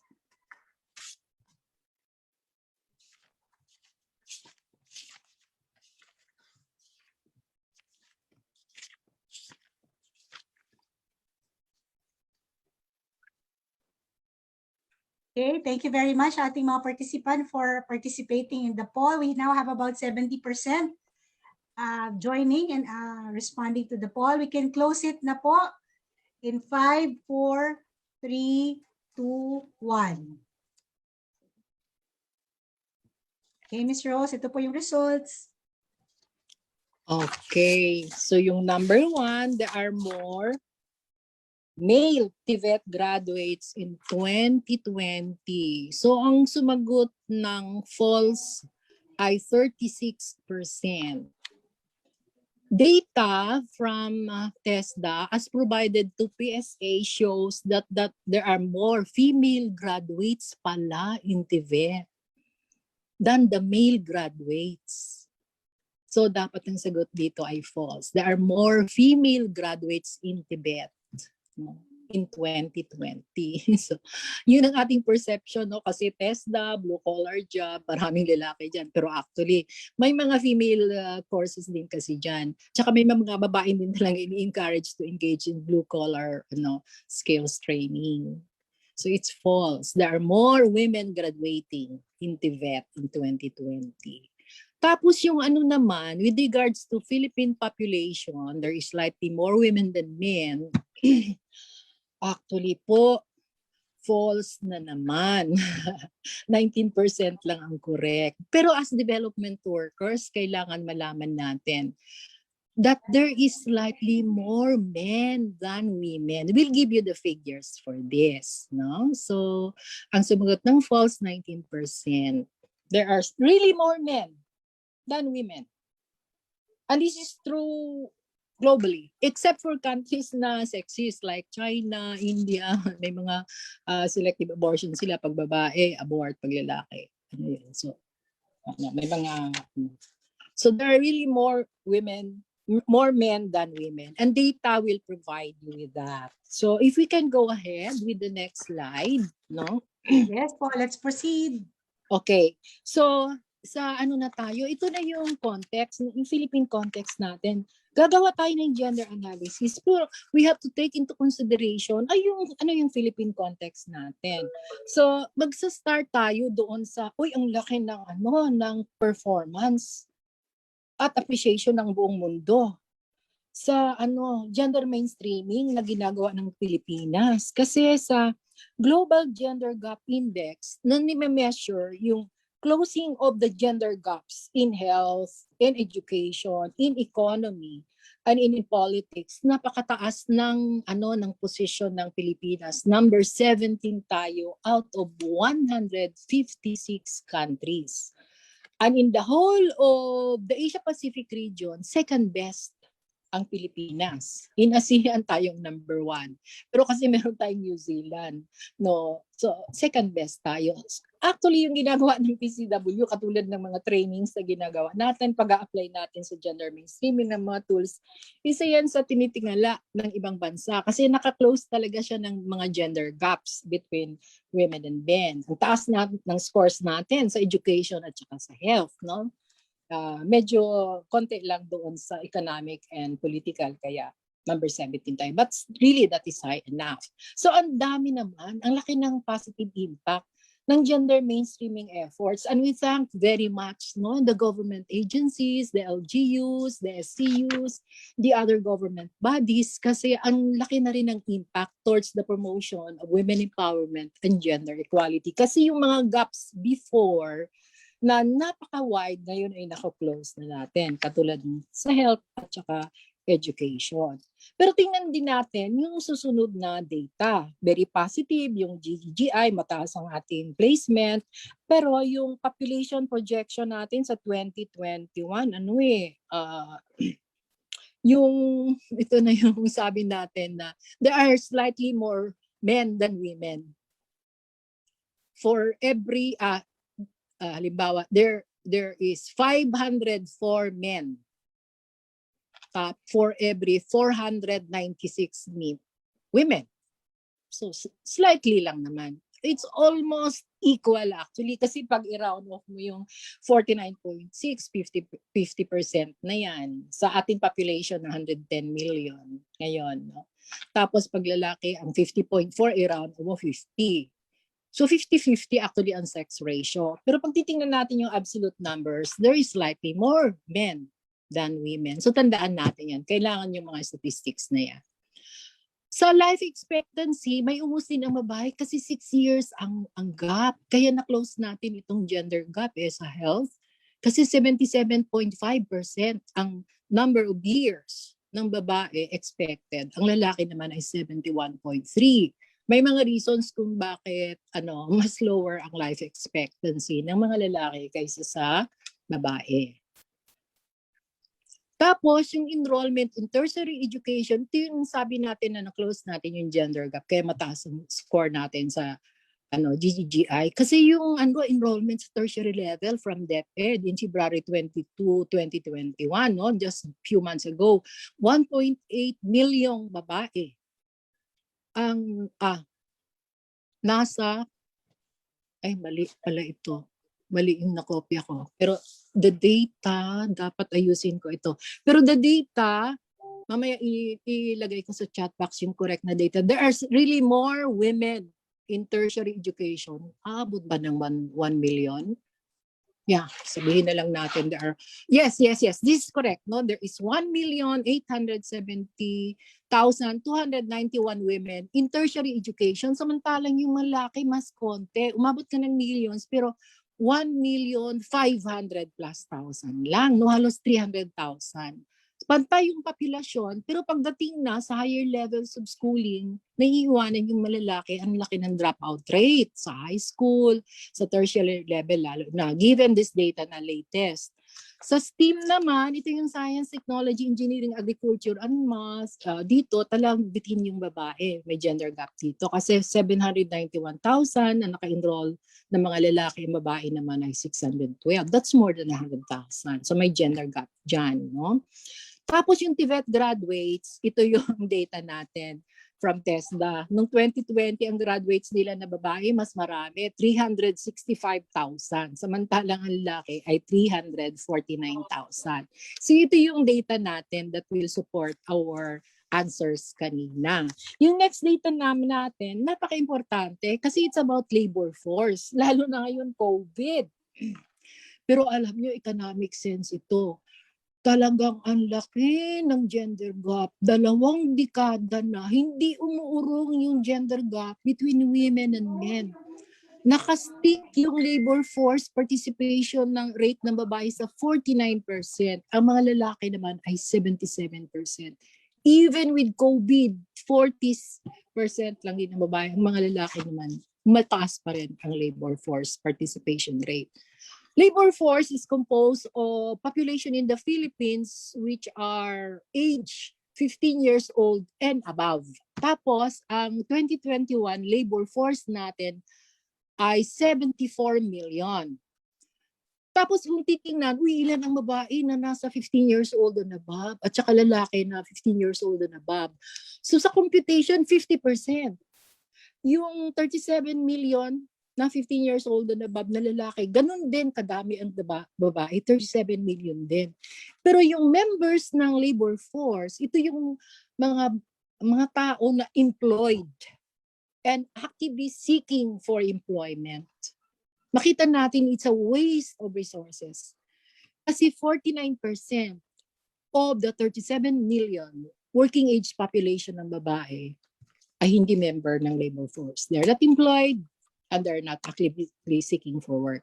Ang mga lalaki naman, 77% of the 37 million are members of the labor force, either employed or actively seeking for work.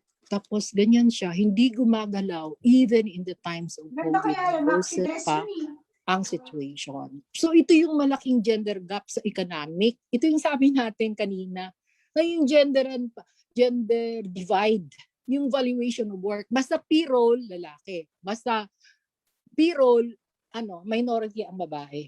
Marginalized siya in terms of opportunities for economic employment. Kaya yung mga LGUs at saka mga line agencies that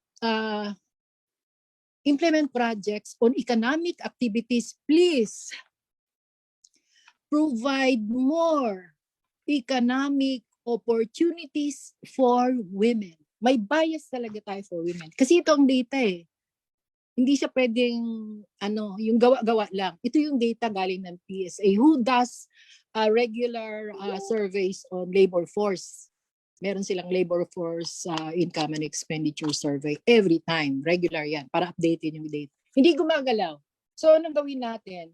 Projects natin, especially those on economic activities, should really provide more economic opportunities for women para naman gumalaw.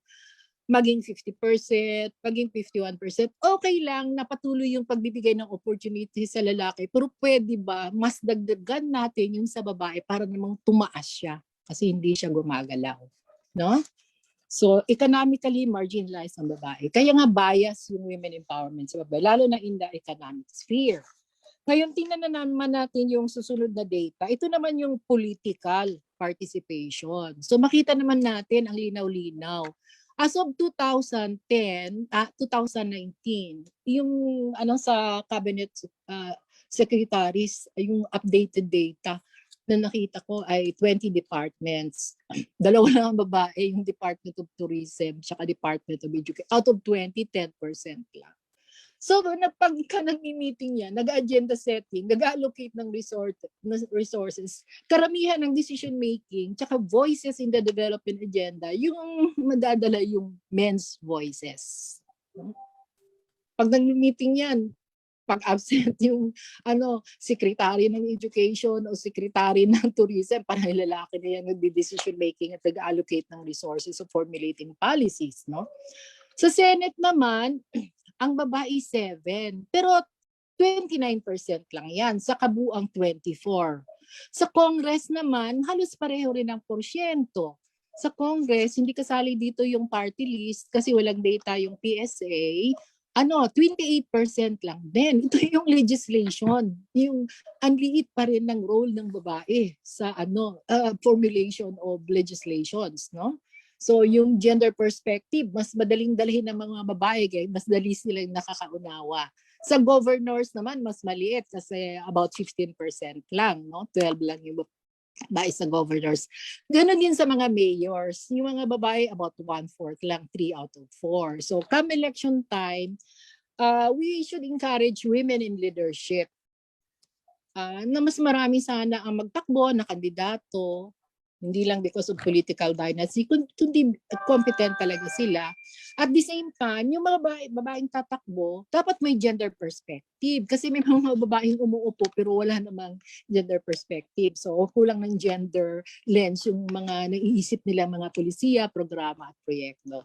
Ganon din sa mga lalaki. Pag tayo ay buboto, sana naman meron din silang gender perspective. So, sa political sense, no? Yung tinatawag natin constituency-based politics, tayo, kulelat ng mga babae. So, more women in leadership positions. Kaya yung gender gap dito, tulungan naman natin, na maangat natin, no?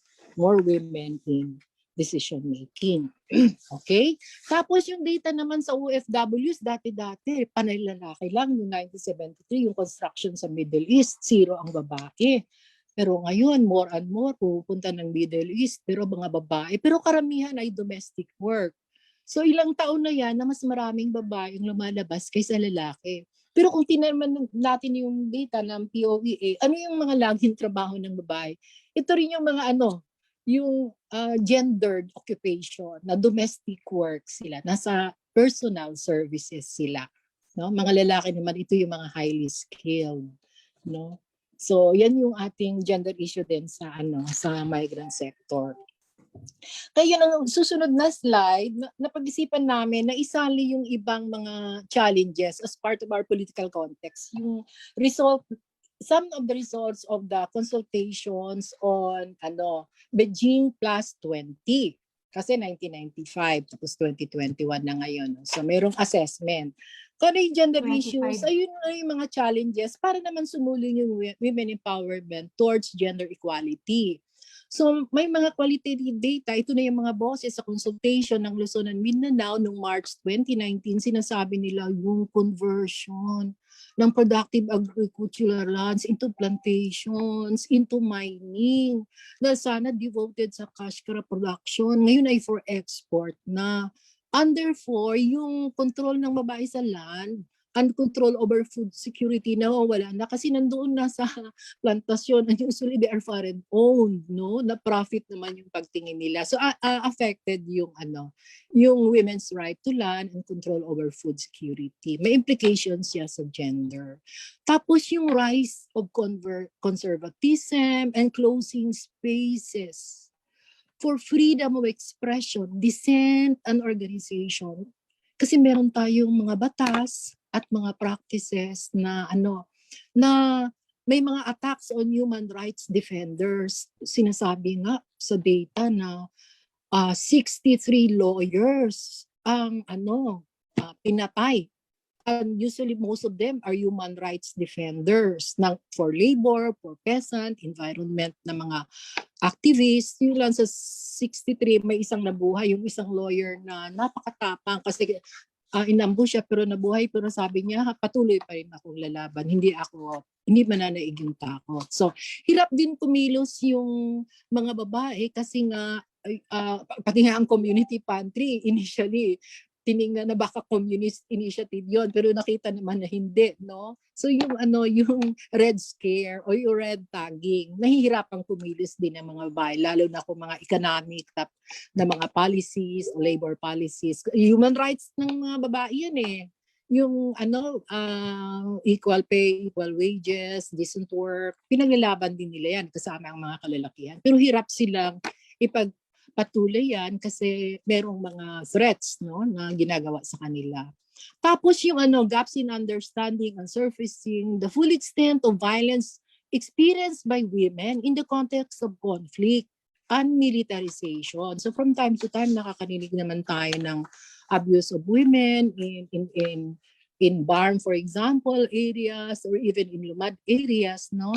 Medyo nahihirapan din kumilos ang mga babae sa organizing kasi pag nag-organize at nag-advocacy on women's rights, iba na naman agad ang perception ng ibang mga members ng authorities natin. So hirap silang kumilos para sa women empowerment, especially in economic and political sense, no? Tapos yung ibang lumabas, pinili lang natin, no, because of lack of time, lumabas din sa challenges na isinaboses ng mga kababaihan during consultation, yung loss or decrease in yung limited appreciation of government line agencies and LGUs of the rights to assembly and organization. Kaya kung may mga labor problems, yung grievance sa machine labor, medyo natatalo sila kasi hindi pabor lagi sa kanila. So ang daming mga illegal dismissal na nakikita natin, at saka yung organizing halimbawa ng labor union, yung mga peaceful protests, medyo hindi masyado pabor diyan yung ibang mga taga-gobyerno natin. Hindi naman lahat. Yung iba naman ay very supportive naman kasi it's about human rights naman of labor, for example, to freedom of expression as peaceful assembly and organizing. Then yung increasing EJK, nakakakaba pala, sabi ng mga babae ng Mindanao and Luzon. Kasi it endangers the democratic rights of civil society organizations, people organization, human rights and development workers, katulad ng sinabi natin. Lalo na meron tayong anti-terror law, no, na kung minsan ay nakikita natin sa mga balita na merong mga abuso naman na nangyayari. Tapos yung isang i-express nila, may mga development aid. Pero yung mga donors may competing agenda and priorities kasi yung iba ay infra, yung iba naman health, yung iba education, yung iba naman humanitarian, children. Pero what about yung gusto nila nandoon pa sa mga urban areas? Pero what about yung sa GIDA, yung geographically isolated and depressed areas? Halos walang aid na dumadating doon. So when it comes to intra-health, nutrition, social services, hindi masyado nararating kasi nga yung priorities ng mga donors, nagko-compete sila ng mga agenda nila at provision ng resources, no? Rose, may I remind you po that you are running out of time. I know that you still have plenty of slides, but you still have 6 minutes po. Okay. Sige, yung levels of gender analysis naman, ito yon. Susunod na tayo, yung levels of gender analysis. 3. Merong household and community level. Merong yung differential effects of COVID kasali na siya. Meron tayong poll. Wag na lang natin i-take yung poll, pwede ba? Diretso na lang tayo. Yes, ma'am. Go ahead with your discussion. Oo. So sa levels of gender analysis, 3 klase. Household and community level, program or project level, organization or institutional level.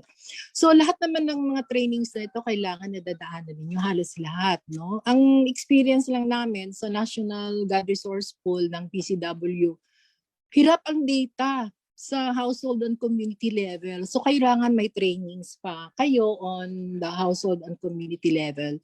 Most common use yung Harvard Analytical Framework tsaka yung 24-hour activity profile. So tingnan daw natin yung what is Harvard Analytical Framework. So ito yung yung 4 na steps ang gagawin, no? Sa Harvard Analytical. Dapat gagawa ng activity profile, access and control profile, tapos yung what are the factors that affect the activities, at saka yung project cycle analysis.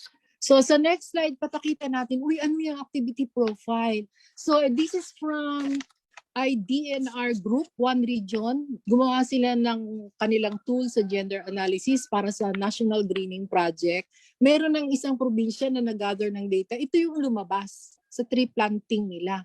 So sa nursery, site preparation, maintenance, ito yung productive role. Ano yung activities ng lalaki, ng babae, sino ang gumaganap at ilan sila.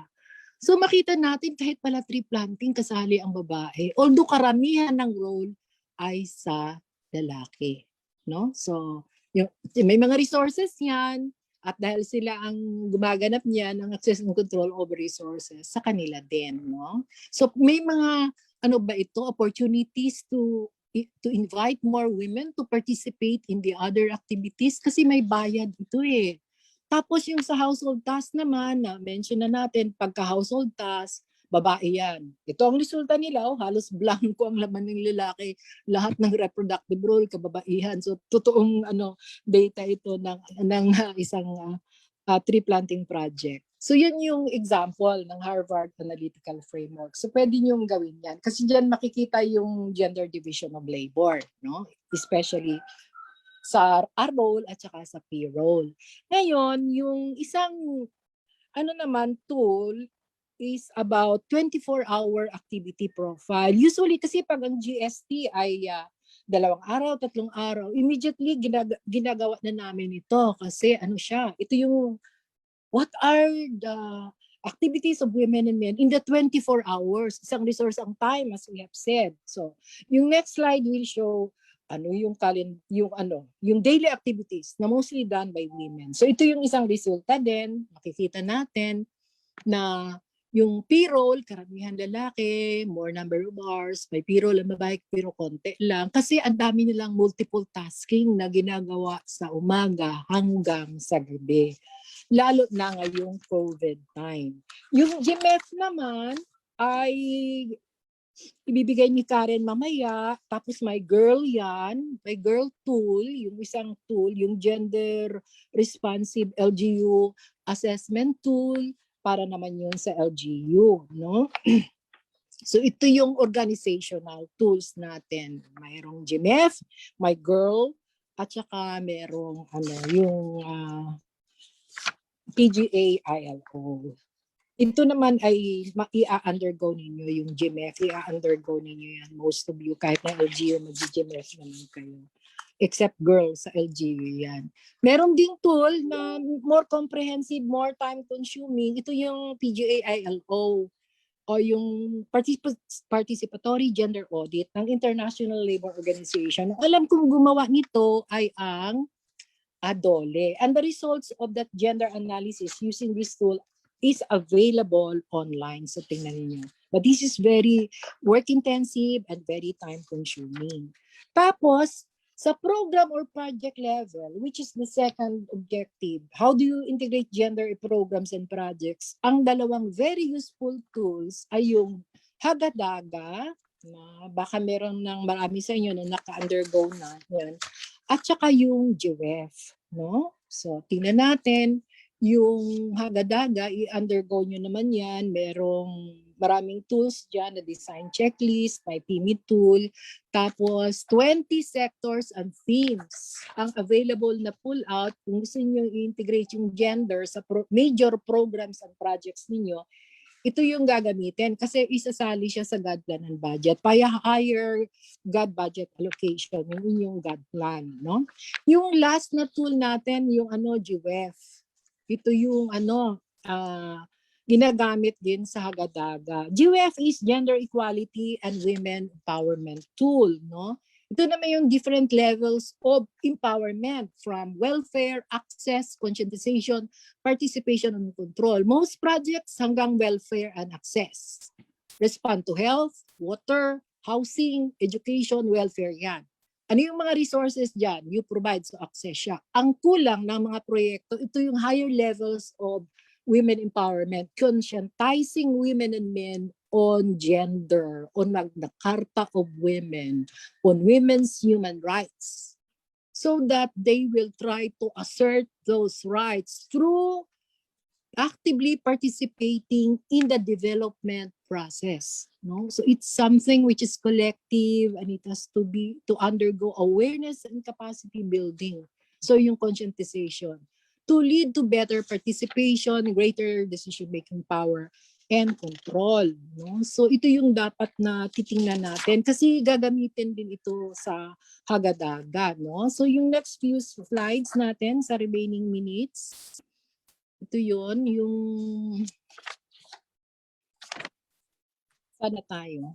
Women's empowerment. Ito na yun, levels of empowerment. Welfare. Ito yung PGN.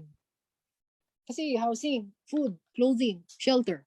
Access to resources in the provision of those basic gender needs. Yung higher needs, which is sort of SGN, ito yung medyo kulang, tutukan natin. So yung conscientizing, mag-GST, no? Sensitizing women and men on women's rights. So nandun tayo sa conscientization. WAC-PC yan welfare, access, letter C is conscientization. Tapos participation. Pag conscientize na yung babae, they will demand for more participation in development projects. Oy, bakit hindi nyo kami kinonsulta? Oy, dapat kasali kami sa decision making. O i-train nyo naman kami ng leadership para matuto naman kami how to participate. Para yung women as agents of change, mas marami ang nag-join sa mga projects natin. Control is the result of all the efforts of women empowerment. Kasi ito na yung, pag titingnan natin yung leadership composition, medyo balance na, equal yung number ng babae at lalaki. Tapos pareho silang gender sensitive, gender responsive, na-train na sila. Tapos yung mga resources, kasi gender responsive, more equal access and control to resources. Tapos responding not just to PGN, but also to SGN, multiple burden, subordination, marginalization, stereotyping, violence against women. So ito yung control, the highest form of women empowerment. We hope that your projects and programs will address conscientization, participation, and control. That is the last slide po. Maraming salamat po. So meron siguro tayong yung time for some question and answer. Narlene? Miss Rose, I think maganda po sana yung, Miss Rose, I can give you 2 more minutes to talk about your last slides. Okay. Yung linking Okay, po, I'm just to trying wrap to up your time. session po. Okay. So when we conduct gender analysis, ang results niyan is identification of gender issues. Yes. No? Oo. Tapos yung gender issues, yun naman ang ilagay natin sa gender mainstreaming through our GAD plan and budget. Pag ilagay natin yan sa GAD plan o sa agenda natin, magpo-formulate tayo ng strategies ng gender equality objectives para mapasok natin sa ating gender mainstreaming plan o sa ating GAD agenda. Tapos kung dami-dami niyan, i-prioritize lang natin kung anong pwedeng kaya ng annual GAD plan. The rest will be part of a 3-year GAD agenda or even more years of 6-year GAD agenda. So, importante, ang first natin, bago tayo mag-gender analysis, gender GST muna tayo para mabilis na lang yung pagkaintindi natin sa GA. So, yun ang link ng gender analysis, so gender mainstreaming and annual GAD planning and budgeting. Correct. All right, sige. Okay. Oo. So yun ang last slide natin, no? Sorry talaga. All right, so maraming salamat, Miss Rose, sa iyong napaka-comprehensive na discussion about gender-based analysis, and I think maganda yung pinoint out mo in your summary slide about the importance of the basic, because you went back to the basic when you talk about the conceptual framework on gender-based analysis. Kasi di ba parang very technical process na to, so dapat babalik ka muna doon sa pinaka-basic concept about sex role, gender role, intersectionality, practical gender needs, strategic gender needs, no? So I hope, Ms. Rose, kung mababasa mo lang yung mga chat, a lot of our participants are very much engaged in your discussion. They are fielding in their own comments and their own analysis and their own observation about the situation, about the data that you have presented. So that's a very good point. Before we take a break, let me just ask Ms. Rose a few questions, if you will allow me, no, Ma'am Rose? Sige. Alright. Meron Baka po meron ditong sa chat. magandang tanong. I think you can turn on your camera now. Sige. Okay. Oo. Sana hindi Ma'am ako Rose, sabi ng isang anonymous attendee natin, is there a gender analysis framework or tool which transcend the binary concept of gender? Yung male-female going beyond that. Meron daw ba tayong tool or framework na gumagamit beyond the male-female divide? Actually naman, sa start na lang pa lang natin, yung gender lens, nandoon na yung SOGI eh. Yes. Hindi lang, yung men and women, kasali na yung less. Yung LGBTQI, yung mga different forms of sexual orientation, gender identity and expression, yung mga trans man, transwoman, and other different forms. Of course, more data are needed and they have to respond if there are researches conducted on them. Kasi some are very openly saying, I'm a trans man. Katulad ni Charis Pempenko. O yung iba naman, I'm a trans woman. Katulad ng congresswoman natin na nasa Congress ngayon. So actually, yung binary na male and female takes, kasi sex yan eh. Hanggang ngayon kasi ang sex is two. Kasi it talks about the reproductive organ, not only external, penis or vagina, but more so the internal. And that is fixed. Wala pang milagro yung nagawa yung medicine para magkaroon ng reproductive organ na pwedeng mabuntis at manganak yung lalaki. So pag tinanong ng sex, male, female lang talaga yan. Pero Yes, pag ma'am. tanungin naman ng gender orientation, dyan napapasok yung mga SOGI ninyo if you are open to admit na ito yung iyong gender identity and expression. So Yes. it takes ang that sinasabi into mo, Ma'am Rose, consideration. is this framework can also be used kasi di ba yung intersectionality naman is covered in our discussion. So we're Yeah. saying kasi men and women, merong mga intersectional stereotyping pa rin and identities and context that further discriminates them or stereotypes them. So ilalagay lang natin yung lente natin ng SOGSC para sa pag-analyze naman ng situation ng women and men. Hindi po ibig sabihin nun excluded sila or exclusive lang siya. Kasali sila. It can be incorporated in the analysis. One That's more right. question, Ma'am Rose. How do we address yung ibang thinking na they do not want to hire women because they tend to have maternity leave? Eh, ngayon nga, 105 days na yung maternity natin. Kumbaga, ang daming consideration. How do we lobby for them to be assigned skills usually for men para maging strategic gender needs? Dito So, papasok alam mo, dito papasok yung political commitment na bigyan ng mas mahabang pahinga ang babae kasi sila lang ang nagbubuntis. Sila lang din ang nanganganak. Kailangan nila ng tamang pahinga, 105 days na paid. So dapat open yung employers, public and private, and they take that into consideration. Sa ibang bansa nga, mas mahaba yung maternity leave at mas mahaba yung paternal leave. Kasi ito yung role ng lalaki at saka ng babae pagka ang babae ay nanganganak. So it takes political commitment. And the cost should just be included in the cost considerations. So employers in the public and private sector should be open to that. All right. Maraming salamat po, Ms. Rose. Okay. So meron pa akong isang tanong, no? Ito, maganda siya. Do we have to conduct gender analysis? Sorry, may mga lumalabas eh. Do we have to conduct gender analysis in all kinds of project like infra, social, etc., etc.? Kailangan daw po bang mag-conduct ng gender analysis sa lahat ng klase ng project? Actually, ini-encourage siya na mag-conduct ng gender analysis kasi kaya nga meron tayong hagadaga na 20 sectors and themes. May infra, may environment, may disaster, may housing, may social services, may education, at agriculture, at kung ano-ano pa. Nandoon yon. At kung hindi nakasali sa listahan yon, like sports, hindi siya nasali doon, gagamit ng generic design. Yes. Kasi ang mga projects, meron talagang gender biases dyan. Lalabas at lalabas, may gender issues yan. So may generic design naman kung hindi kasali doon sa 20 sectoral checklists. And of course, having said that, please try to register in the next webinar which is about Hagadaga, the Harmonized Gender and Development Guidelines.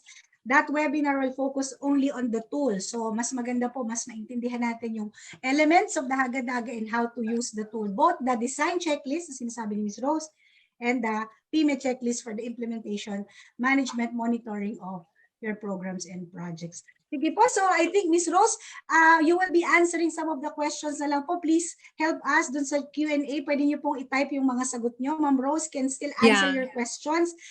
She will still be here with us. Mamaya, if we still have the time, she can still answer it live sa online, but she will be answering by typing or writing back responses to your questions. Okay. So maraming salamat again, Ma'am Rose Sanchez, for your session. Let's give her a big hand. Smiley face naman, kung meron kayong smiley face dyan sa ating chat box. But before we proceed to the next session, we will have a break. This is an opportunity for you to go to the toilet, get your coffee, get your juices, stretch po yung mga muscles, lalo na yung mga nakaupo na matagal, tumayo po kayo ng bahagya, at maraming salamat sa participants na meron tayo this afternoon. Please stay with us until the end para po lahat kayo ay makakuha ng certificate natin sa webinar na ito. Okay, so Ms. Rose, thank you very much, and let's have a 5-minute break. Okay, thank you.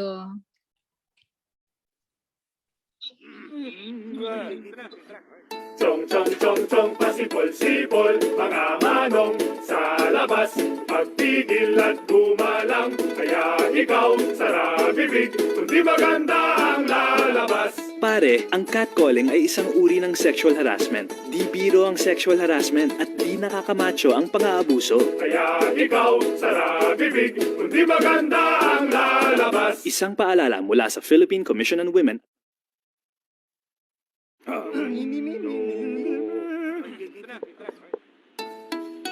Ang sumitsit ay pangmangmang, ang sumipol ay panghunghang, ang babae sa lansangan, huwag hiritan kundi igalang.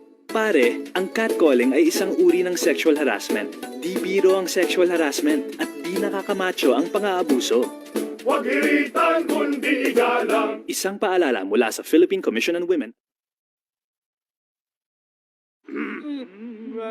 Game, 1, 2, and... Paa, tuhod, balik at ulo, kita, puwetan, baywang at sus. Huwag mong titigan ang hindi sa'yo at maging disenteng tao. Pare, ang catcalling ay isang uri ng sexual harassment. Di biro ang sexual harassment at di nakakamacho ang pang-aabuso. Isang paalala mula sa Philippine Commission on Women.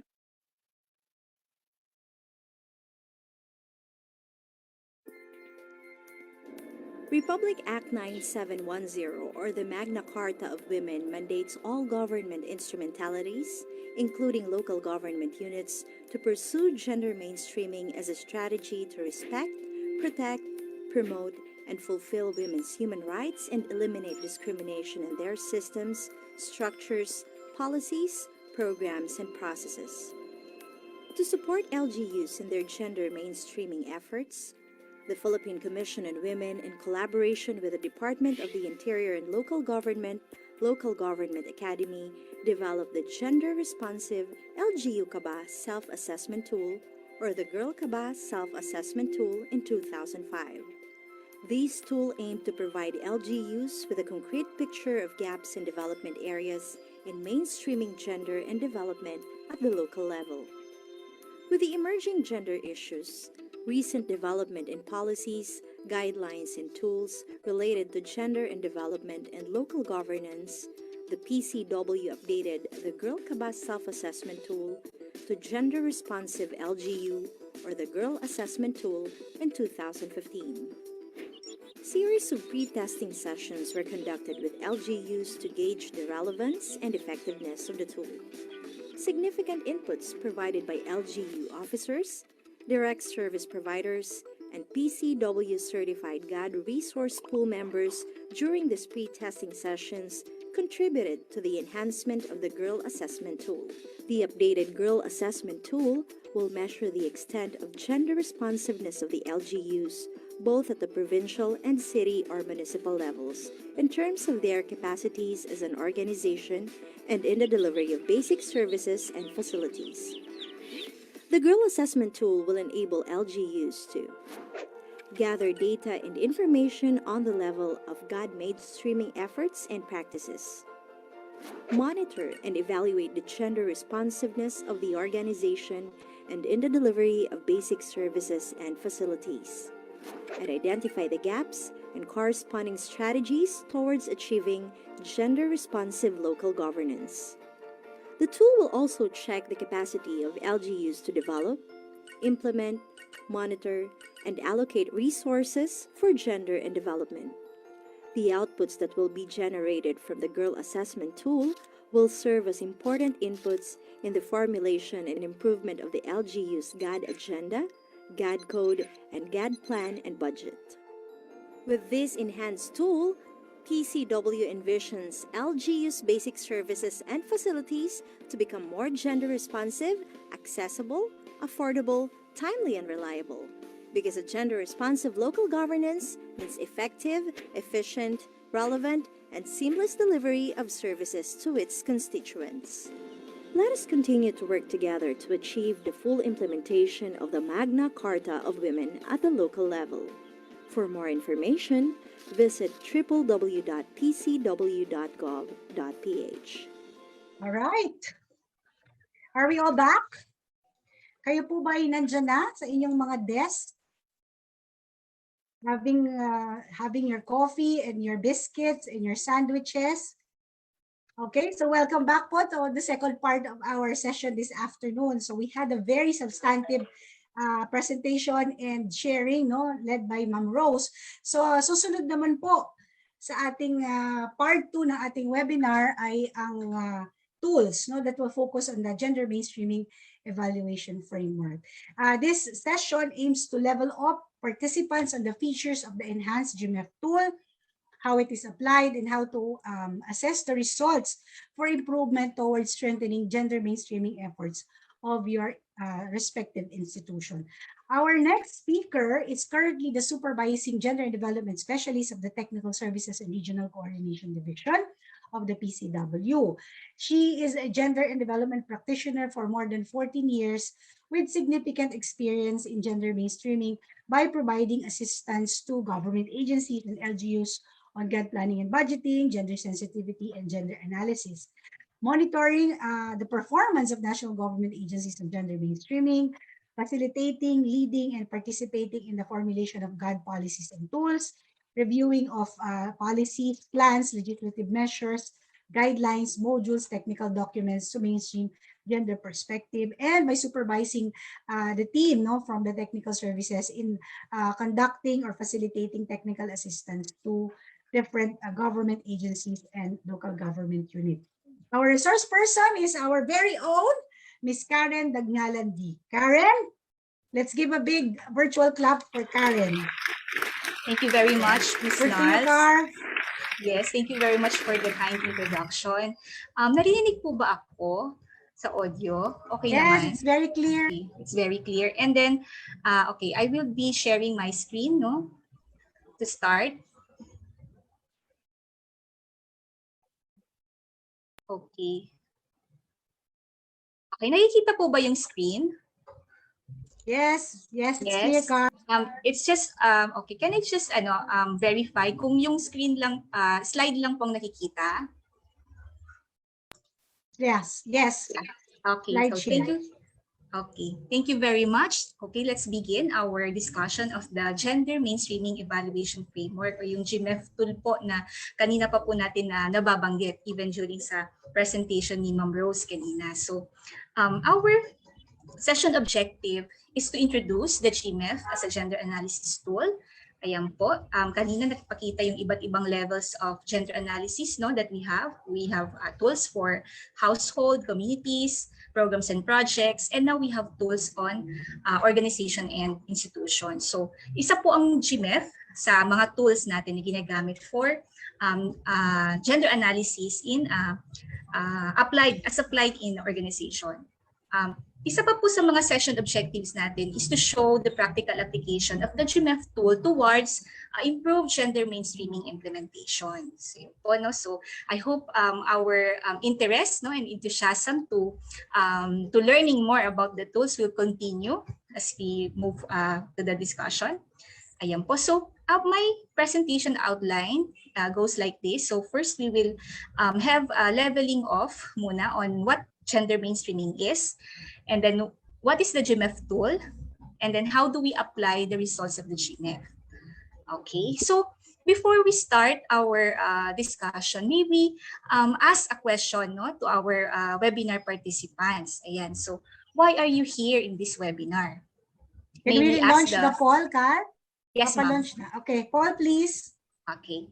So tayo pa ba ay nandito sa webinar na ito dahil tayo ay member ng GAD Focal Point System ng ating ahensya?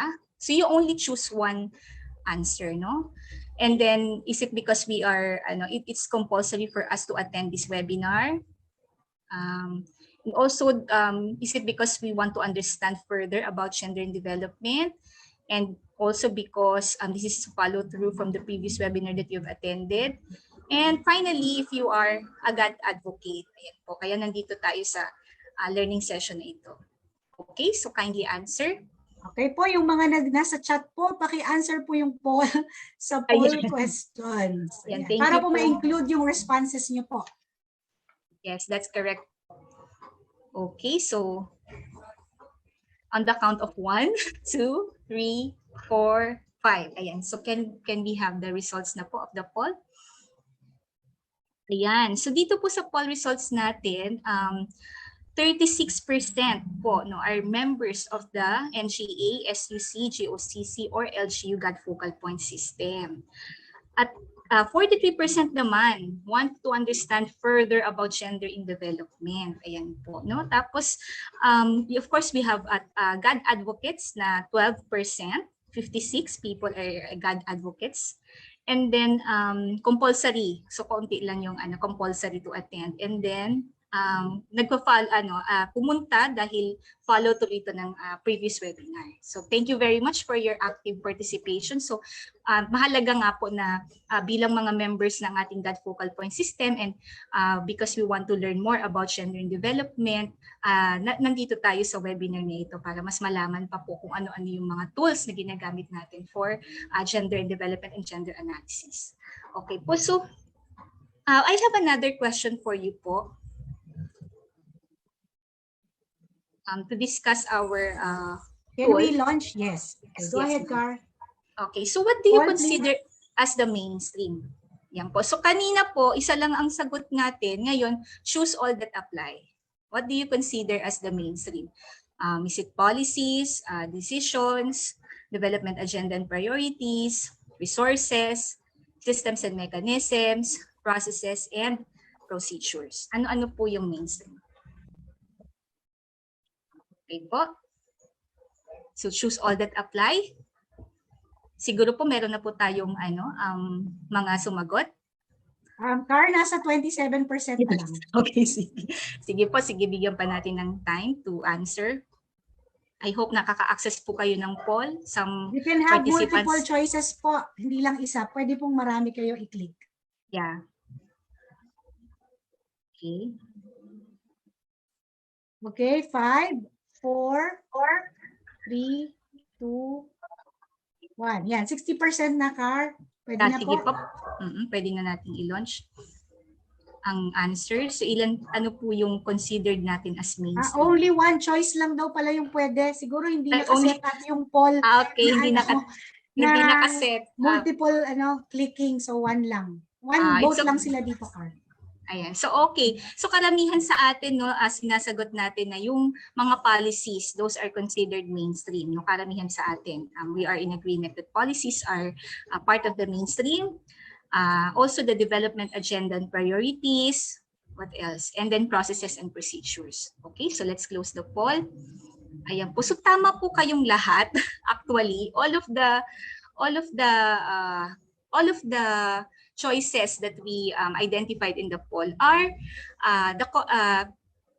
what we call as the mainstream, no? Kasi yung mga decisions, policies na nakikita po natin, yung goals and objectives, budgets and resources, program implementation mechanisms that we see every day in our office, yung mga government priorities natin, yung development agenda na pinapatupad sa atin, nung ano yung mga mechanisms present in government, in society, in the economy. Yun po ang tinatawag natin collectively as the mainstream. So the mainstream, it consists of interrelated set of dominant ideas. Okay, so yung dominant na ideas that gives us views about our gender roles that is also promoted by our culture. Okay, so the mainstream also consists of development directions and policies, mechanisms for decision making on resource allocation, no? So ibig sabihin yung resource allocation kung paano ba dinidesisyonan yung ating resource distribution among various social and economic programs. Ayan po. So dito po sa ating public health emergency, nakikita po natin kung ano po yung ating mga priorities dito, no? Ano yung strategy din ng pamahalaan to manage the public health issue, no? To address it better. So yun po yung ating mainstream. So kung yun po yung mainstream, ano naman po ang gender mainstreaming? Okay? Okay, so gender mainstreaming is a strategy to ensure that gender equality is considered in the mainstream. It's also a strategy to ensure the recognition of gender issues on a sustained basis. So if we will look back in the previous slide, di ba nandito meron tayong ilog na nakikita. That's the mainstream, no? That's the mainstream decision making, the mainstream policy making, yung everything that's in our society, in government, in the economy, yan po yung mainstream. So pag gender mainstreaming ang pinag-uusapan, yung mga gender issues that are here at the margins, ayan, binibigyan natin ng espasyo, ng space dito sa mainstream. And it's done on a sustained basis, no? So hindi lang siya one-shot deal or hindi siya na naipagpapatuloy, kundi dapat talaga on a sustained basis, no? So yan po yung ating gender mainstreaming. Okay, so another pagpapaliwanag, okay, if you must, on gender mainstreaming. Gender mainstreaming also means mainstreaming a gender perspective and challenging the status quo. So it recognizes the imbalance in the status of women and men. So kanina po di ba sa gender analysis na presentation ni Ms. Rose, tiningnan po natin kung ano-ano po yung mga balakid, no, na nagkakaroon na nagdudulot ng imbalance, no? Ano yung mga impediments, no, sa participation ng mga kababaihan, or paano ba mas magiging tawag dito matatransform yung ating gender relations toward more participatory, more inclusive. Ayan po. So yun yung tawag dito bahagi ng gender mainstreaming na nire-recognize niya na may iba't iba tayong roles, needs, interest, tayong mga kalalakihan, tayong kababaihan, iba-iba yung ating roles, needs, and interests, no? And we want to transform the unequal gender relations and empower the women, no? As part of the process.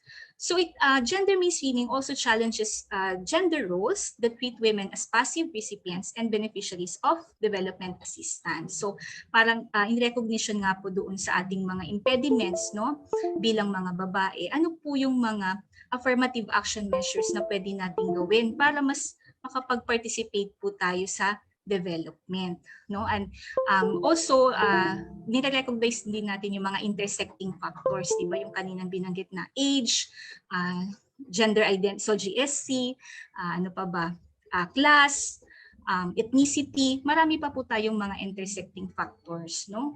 Kaya mahalaga na ma-recognize natin itong mga pagkakaiba na to, at for women also to benefit fully from development, kailangan din nilang mag-organize, no?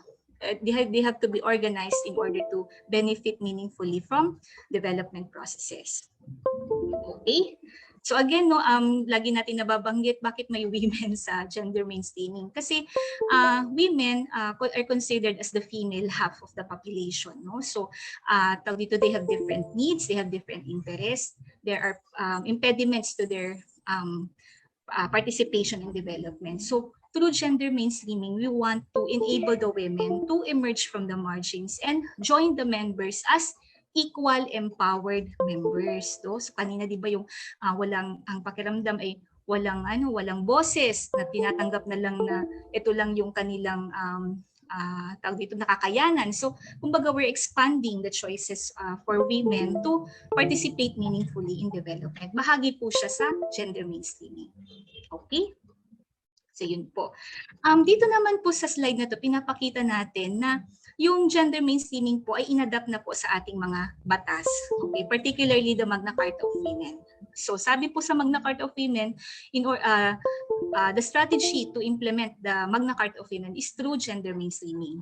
And it's a strategy for making women's as well as men's concerns and experiences an integral dimension of the design, implementation, monitoring, and evaluation of policies and programs, no?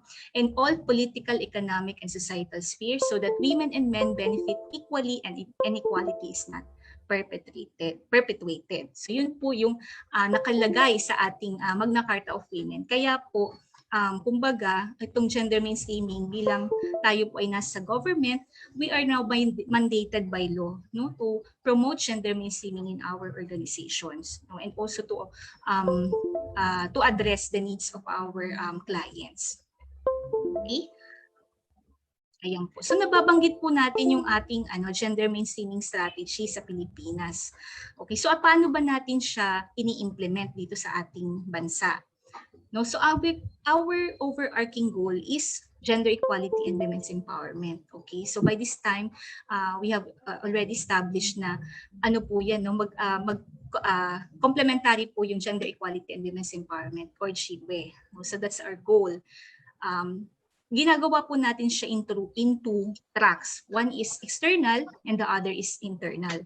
Yung external track po, ito po yung ating development planning. So dito po tayo nag-i-influence po tayo ng mga development goals, mga development outcomes. We influence the planning, the implementation, the monitoring and evaluation of all programs and projects, no? At nagde-develop po tayo ng mga gender specialist inputs in order to mainstream gender perspectives in programs and projects. So yan po yung ating development planning, and that consists our external track of gender mainstreaming. The other track naman po is yung internal, or what we call naman institutional development. So inward naman yung titingnan natin, wherein we would like to transform our organizations, our institutions. We adopt mga gender-responsive measures inside our organization so that we transform the culture, no, towards more being participatory and more gender fair. Ayan po yung ating goals naman sa internal track o yung sa ating institutional development. Okay, so yan po yung pamamaraan natin ng gender mainstreaming sa Karen, Yes, ma'am. Yes can I po. interrupt? Meron kasing tumutunog. Is that in your I'm sorry. Okay. Can you make sure na mawala yun? May naririnig kaming sounds. Okay. Hindi ko. Ayun, no? Okay, Para siyang Okay, nawala na po ba? Ayan. Irritating daw kasi sa mga participants. Sorry.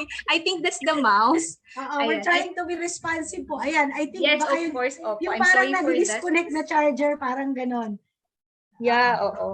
I think Okay, that's okay. Okay na siya. Okay, nawala na. Okay, sorry for that interruption. Okay. So now we proceed to the discussion of the gender mainstreaming evaluation framework as a tool. Kasi po, na-contextualize na natin yung bakit ba tayo nag-gender mainstreaming and ano yung tool natin, no, to promote gender mainstreaming in our organization. Kaya ko lang po pinisent yung gender mainstreaming in a nutshell. Okay?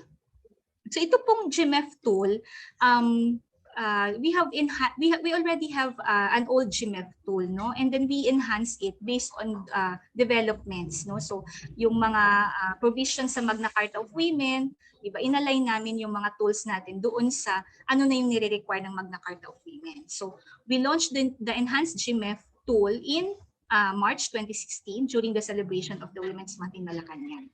Ayan po. So we enhanced the GMEF tool in order to capacitate the government on gender in development and to help them measure the extent of their gender mainstreaming efforts. Kasi di ba matagal naman na talaga tayong nag-GAD or nag-gender in development at nag-gender mainstreaming. So we are trying to respond to the need for an enhanced tool para makita natin yung progress natin on gender mainstreaming. Okay? And also because we also had an issue once, no, on the use of the enhanced GMEF tool. So we have a PCW Memorandum Circular 2016-3. Ayan po dahil nga po this in line with the Magna Carta of Women provision kung saan sinasabi na all agencies to adopt gender mainstreaming and to eliminate gender discrimination in their policies, programs, structures, processes, and procedures. Ito po ay ini-encourage yung ating mga ahensya ng pamahalaan na gamitin ang tool. No? Yan po. And ano po yung purpose po niya ng GMEF tool? So, nabanggit ko na rin po ito kanina na it serves as a tool to track and assess the progress of gender mainstreaming efforts of organization. And it measures the level of gender mainstreaming of organizations through entry points. So, we will have a discussion on entry points. And then, it locates gender gaps and needs that organizations should respond to attain women's empowerment and gender equality. Okay? Ayan po. So yan po yung ating purpose of the GMEF.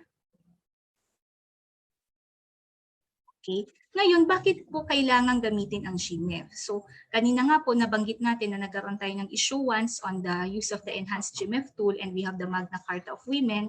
So sinasabi na natin na mas na po talaga na mag-gender mainstreaming tayo. So kung mas na po sa atin na dapat gawin natin itong gender mainstreaming, how can the tools help us, no, in this task?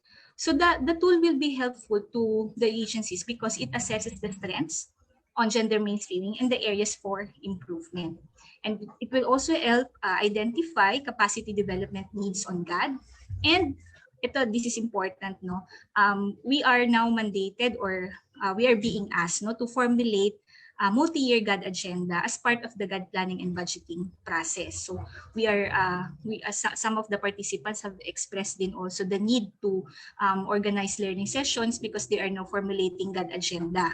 O diba? Tapos gumagawa tayo ng annual GAD plans and budget. So makakatulong itong GMEF tool, yung paggamit natin ng GMEF tool dito sa paggawa ng mga GAD agenda at GAD plans and budget. Okay? Ayan po. So sino po ang gagamit ng GMEF tool? So kanina din po may mga nagtatanong sa ating Q&A chat box, sino bang ma-involve sa paggamit ng o paggawa ng GMEF assessment. So sabi dito, sabi po natin na yung agency GAD focal point system bilang siya yung driver of gender mainstreaming in the agency, siya lead the conduct of the assessment and monitor the progress of the agency on gender mainstreaming. So pangungunahan po ng ating mga GAD focal point system na karamihan po sa ating mga participants ay members ng GAD focal point system. So tayo po no ang mangunguna sa proseso ng GMEF assessment. And we will invite mga staff members from relevant offices such as program implementers or former GFPS members to join naman the assessment. No? So makakatulong sila sa ating process ng assessment using the GMEF tool. Okay? Ayan po. So at this point, I would like to ask the participants through a poll if your agency has already applied the GMEF. Okay, so may we ask the tech team to launch a poll? Yes, tech team, please launch the poll. Has your agency applied the GMEF? The answers are yes, no, I don't know. Again, we request the participants to please answer the poll, not in the chat box, so that we can count your responses.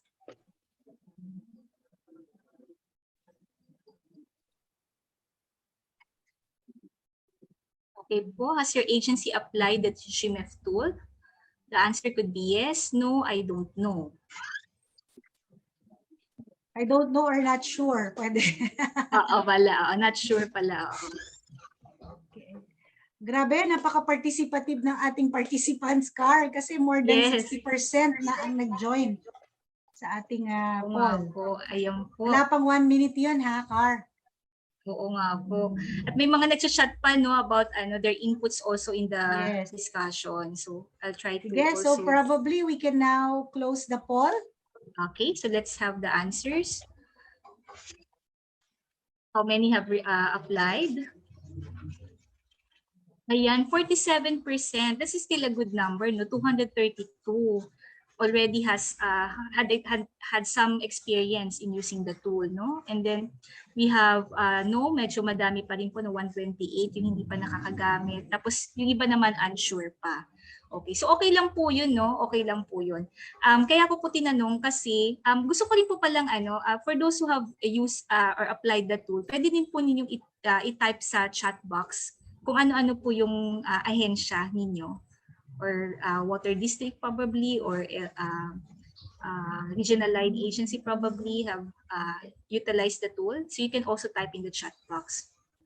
Okay, so for now po, i-close na natin yung poll. Ayan. Ayan po, marami pong sumasagot kung sino-sino po ang gumamit. Yes. Nababasa mo ba, Car? Hindi masyado. Pero nakikita ko. DSWD, Sandigan Bayan, DOST, DITC, Quezon City LGU, CHED, DSWD, Central Luzon State University, Toll Regulatory, Pandi Water District, NDCP, DFA, DILG, BIR, maraming agencies. Housing, Social Housing and Finance. NEDA Regional Offices, PAPCOM, OCD, DOH, Philippine PNP. National Police, Quirino Memorial, Cavite State, Teresa Water District, CHR. So Ang marami. dami po. Ayun po, kung hindi ba po namin mabanggit lahat ng mga ahensya na nakagamit na po ng tool.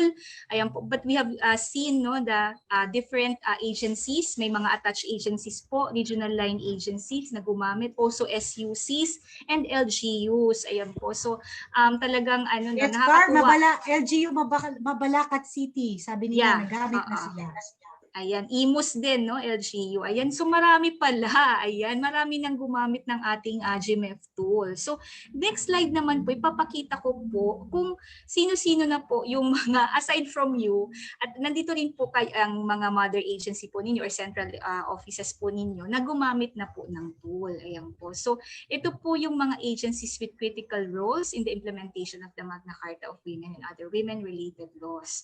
And as of December 2020 po, we have a total of 68 agencies that have submitted their GMEF assessment results for the past years and were officially validated po by PCW. So PNP po is here, and DSWD, and so tawag dito, natutuwa po kami na yung mga regional line agencies, also LGUs, SUCs, have already utilized the tool. Kasi ito namang GMEF natin talaga, it's really a self-assessment tool, no? And we already have a policy supporting the conduct of the GMEF assessment that agencies can undertake on their own, no?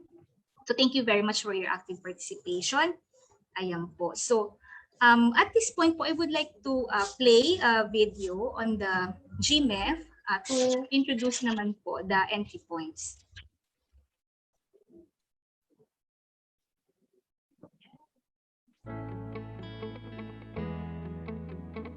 The Gender Mainstreaming Evaluation Framework. Chapter 4, GMEF Entry Points. Let's discuss the 4 entry points to ensure gender mainstreaming in an organization. First is policies. It refers to the official statements and pronouncements of support for gender mainstreaming issued by the organization. Through these issuances, the organization shows its recognition and acceptance of gender equality goal as a critical and legitimate concern in broad or general terms. Remember, use of gender-fair language and images in GAD-related policies and plans is a must for a gender-responsive organization. Second is people. Mainstreaming gender in development is not possible without people supporting and advocating for it, right? So who are these people? Critical to the success of gender mainstreaming are the GAD champions among top management. The organization should also establish a GAD focal point system that will lead its gender mainstreaming efforts and will serve as GAD experts. The organization must also ensure that its internal and external clients are able to participate in the planning, implementation, and monitoring and evaluation of GAD programs, activities, and projects. Yes, GAD is a participatory process. The third entry point is the enabling mechanisms. What will ensure that gender mainstreaming will be operationalized in an organization? The success of any gender mainstreaming effort depends, to a large extent, on the resources allocated and the mechanisms that are institutionalized to implement it. Some examples of enabling mechanisms include the functionality of the GAD focal point system, presence and use of knowledge management system and GAD database, and partnership building or external linkages with other organizations to implement GAD programs. This entry point should also look into the institutional compliance to the minimum 5% allocation and utilization of GAD budget of the organization. And lastly, the Programs, Activities, and Projects, or PAPs. This refers to flagship programs, activities, and projects that serve as a strategic entry point to mainstream gender perspective in the organization. PAPs is the most practical entry point, since it involves the actual implementation of the mandate of an organization. Organizations may apply gender analysis tools such as the Harmonized Gender and Development Guidelines to assess gender-responsive mainstreaming through PAPs. Examples of PAPs are contained in the Program Expenditure Classification Outcomes and Strategic Plans of the organization. Ayan po. So thank you for... Okay. Ayan, thank you po for watching that short video on the GMEF entry points. Now, I would like to turn over to the next slide just to provide the entry points on gender mainstream that were discussed in the video. So again, no, binanggit po dun sa video that we have 4 entry points. At dito po natin ito po yung mga entry points, ito po yung dito tayo magsisimula. Okay, ng ating gender mainstreaming process sa ating agency. So we have the policy, we have people, we have enabling mechanisms, and we have programs, projects, and activities. So ito po yung policy. These are official statements in support of gender mainstreaming. So it could take the form of executive orders, memoranda, specific guidelines. At ito naman pong people, we have 4 types of people. We have the sponsor, the change agent, the target, and the advocate, no?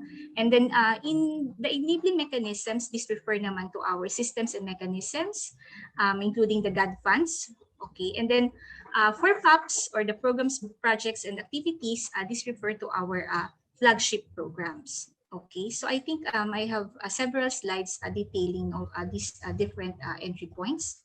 Ayan po. So, nabanggit ko po kanina, no, yung mga policy natin, official statements, this refer to our official statements and pronouncements of support for gender mainstreaming.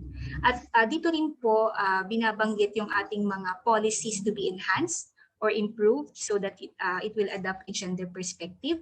And this will also refer to our GAD strategic framework or GAD strategic plan. Okay, so dito po pinag-uusapan din po natin dito kung ano-ano yung mga essential GAD elements, no? Or mga policies supporting these essential GAD elements. Okay. Sa people naman po, binabanggit dito yung kanina nga po na 4 na tipo ng tao na magpo-promote ng gender mainstreaming sa ating mga organization. So una po yung ating sponsor, change agent, target, and advocate. So yung sponsor po, no, bilang nabanggit natin kanina, ito po yung nagbibigay ng blessing, no, to or the champions gender mainstreaming in our organization. So important po yung ating mga sponsors kasi sila po yung magde-direct ng ating gender mainstreaming activities in the organization. So usually po yung ating mga sponsors po refer to our top management. Ayan po. At ito naman pong change agent, this refers naman to our GAD focal point system who will actually do the task of gender mainstreaming in the organization. So sila po yung gagawa ng GAD plan, sila po yung undertake ng mga capacity development sessions para alamin kung ano-ano po yung mga gender issues na dapat tugunan ng kanilang organization. And then the change, the target naman po, ito naman po yung ating, target is that the target of the change effort that we want to see. No? So yung ating mga internal and external clients that are able to participate in the planning, implementation, and monitoring and evaluation of programs and projects are our change target. So sila po yung target ng ating mga gender mainstreaming activities. Yung advocate naman po, ito naman po yung mga GAD advocates natin that also influence, no, gender mainstreaming in our organization, that lend support po on gender mainstreaming. Ayan po. Yung enabling mechanisms naman po, ano po ito? Ito po yung mga halimbawa po ng enabling mechanisms on gender mainstreaming refer to our GAD focal point system.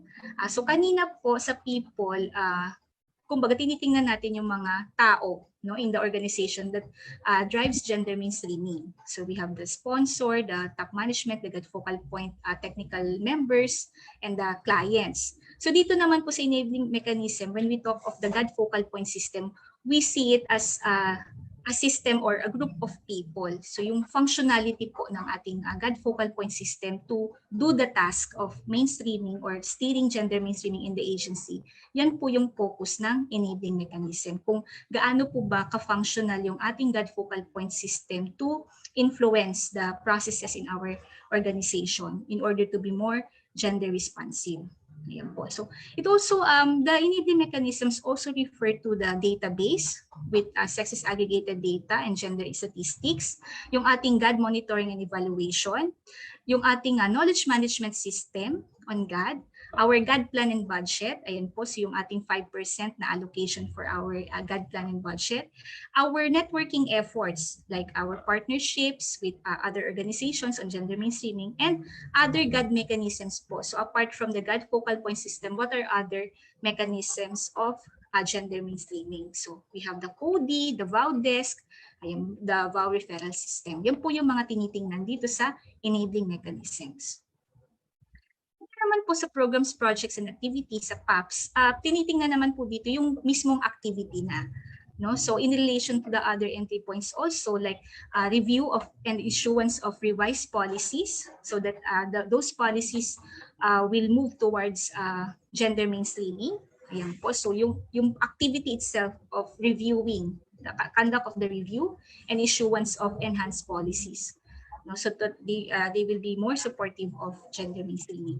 And then PAPS, establishing the enabling mechanisms for gender mainstreaming. So yung mga PAPS natin to establish our GAD focal point and other mechanisms, yan po yung kasama dito sa PAPS.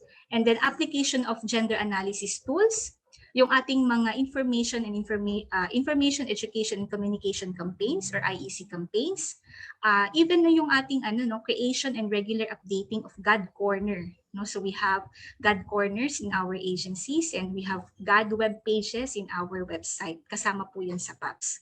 And then other regular PAPS po natin, integrated with GAD perspective, that forms part of our PAPS entry point.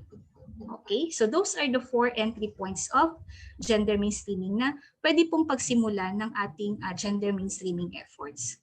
So all of those entry points are equal, no? Lahat sila mahalaga. Okay, so now we will watch a short video on the levels of gender mainstreaming.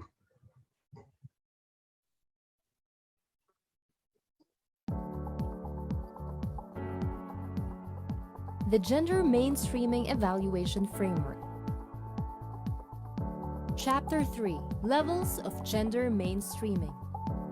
How can the agency determine if they're faring well in gender mainstreaming? The enhanced GMEF identified 5 levels of gender mainstreaming. Foundation formation, installation of strategic mechanisms, GAD application, commitment enhancement and institutionalization, and replication and innovation. Level 1, Foundation formation. The organization's level of gender awareness is first heightened by raising people's awareness through capacity development sessions on GAD and generating support for gender mainstreaming. In this level, it is important to establish these 4 GAD essential elements: creation and strengthening of the GAD focal point system, building the organization's capabilities on understanding GAD, conducting leveling sessions or orientation sessions on the application of gender analysis tools, collection of the sex disaggregated data and gender-related information relevant to its mandate and clients. Level 2, installation of strategic mechanisms. This level marks the transition of the organization toward gender mainstreaming by creating enabling conditions supportive of GAD, such as putting in key people, issuance and updating of policies, support structures, systems and mechanisms to facilitate and sustain gender mainstreaming, as well as evidence of initial application of GAD concepts and tools. The GAD mechanisms may include the following.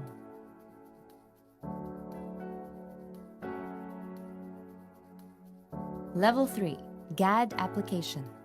In this level, GAD-related activities are already institutionalized. Interventions are usually based on a strategic GAD agenda that guides the organization's GAD planning and budgeting implementation. The agency's GAD plan and budget is now more strategic, which results in either increased attribution of the GAD budget and/or more gender-responsive programs. In this level, agency GAD efforts are able to produce intended or desired impact on women empowerment, wherein gender equality is integrated and consolidated, and sustain GAD intervention, perspective, or core messages in the mainstream projects or programs. Level 4. Commitment enhancement and institutionalization. At this level, the organization has already institutionalized gender mainstreaming in all aspects of its operations, programs, and projects. This level also challenges organizations to continuously monitor, evaluate, and improve their efforts. And lastly, Level 5, Replication and Innovation. The enhanced GMEF included this level to recognize notable GAD accomplishments of organizations. This level indicates that GAD has been fully mainstreamed into the mandate of the organization and is being recognized and replicated by others as a standard in gender mainstreaming. The enhanced GMEF expanded the descriptor matrix by providing a visual progression of the gender mainstreaming efforts of an organization from Level 1 to Level 5. The descriptor matrix consists of 93 descriptors distributed in the 4 GMEF entry points. Po. So thank you for watching that levels of gender mainstreaming. So kanina po, di ba we have entry points, now we have levels of gender mainstreaming. And And in that video po, we have shown to you the different levels, and we have shown to you the 5 levels of gender mainstreaming. So just to recap, level 1 refers to foundation formation. Level 2, installation of strategic mechanisms. Level 3, GAD application. Level 4, commitment enhancement and institutionalization. And level 5, replication and innovation. So sa dati pong GMEF tool, wala po itong level 5. Dito po sa enhanced GMEF tool, we now include this new level, no, to kumbaga makita natin kung ano yung progress ng ating gender mainstreaming efforts. Okay, so we will discuss each of the levels. Dito po sa level 1, as mentioned in the video, foundation formation, ano po yung nakikita natin?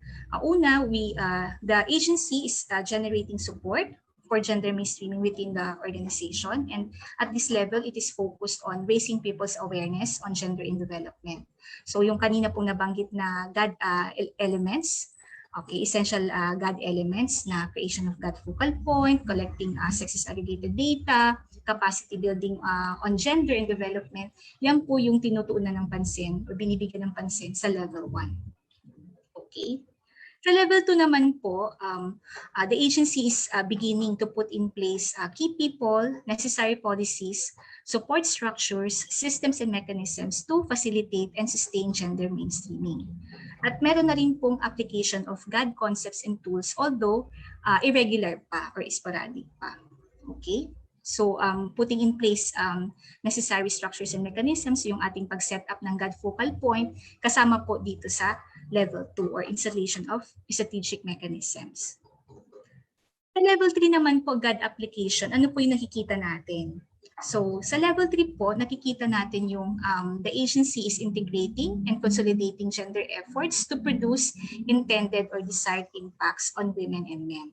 And And agency is also integrating gender perspective in the mandates of the agency. So kaya nga po siya GAD application kasi yung mga regular programs and projects po natin ay dinadagdagan na natin or nagkakaroon na siya ng gender lens. No? Nagbe-mainstream tayo ng mga gender issues and concerns in our regular operations and regular programs and projects. Okay. Level 4 po, commitment enhancement and institutionalization. The agency is now incorporating GAD in all aspects of agency's operation. So sa GAD application, probably one level lang po yung doon lang tayo sa level ng planning, nagme-mainstream. Ngayon, sa commitment enhancement and institutionalization at all levels of the development planning cycle na po. And then we are continuously monitoring and evaluating our gender mainstreaming efforts kasi we'd like to sustain them and we'd like to institutionalize them in the agency.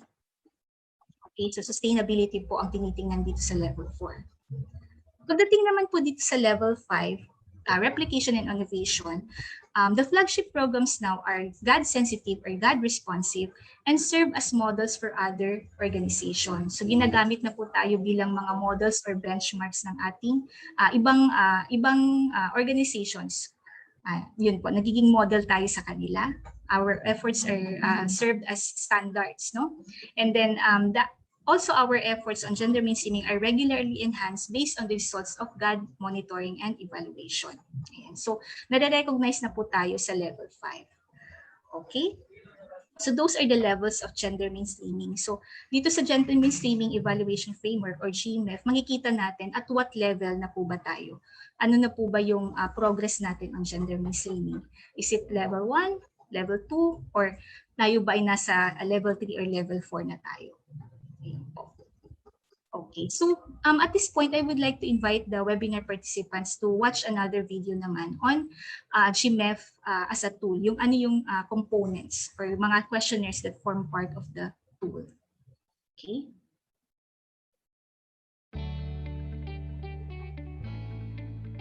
The Gender Mainstreaming Evaluation Framework. Chapter 6, Guide for Administering the GMEF Tool. As a self-assessment tool, it is expected that the application of GMEF tool will involve the whole organization. Members of the organization's GAD focal point system should lead the conduct of GMEF assessment. Other key technical officers working on GAD mainstreaming should also participate, as well as any staff member from relevant offices who can facilitate accomplishing the tool, such as program implementers or service providers. Representatives from regional offices may be invited during the GMEF assessment, while attached agencies, especially those with mandates that are different from the central office, are expected to conduct a separate GMEF assessment for their agency. The agency should establish the timeline of the assessment process.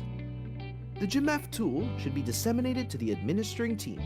This will enable them to prepare corresponding means of verification or supporting documents needed for the assessment. The agency may group together relevant offices or units to accomplish a specific questionnaire most relevant to their functions. Each group may report its consolidated ratings for further discussion and enhancement. The group must agree on the answer for each item. The GFPS may set a deadline for the submission of incomplete or additional MOVs to complete the GMEF assessment. Once the GMEF assessment is done, the GFPS members should ensure that all MOVs are properly secured as reference for their next assessment.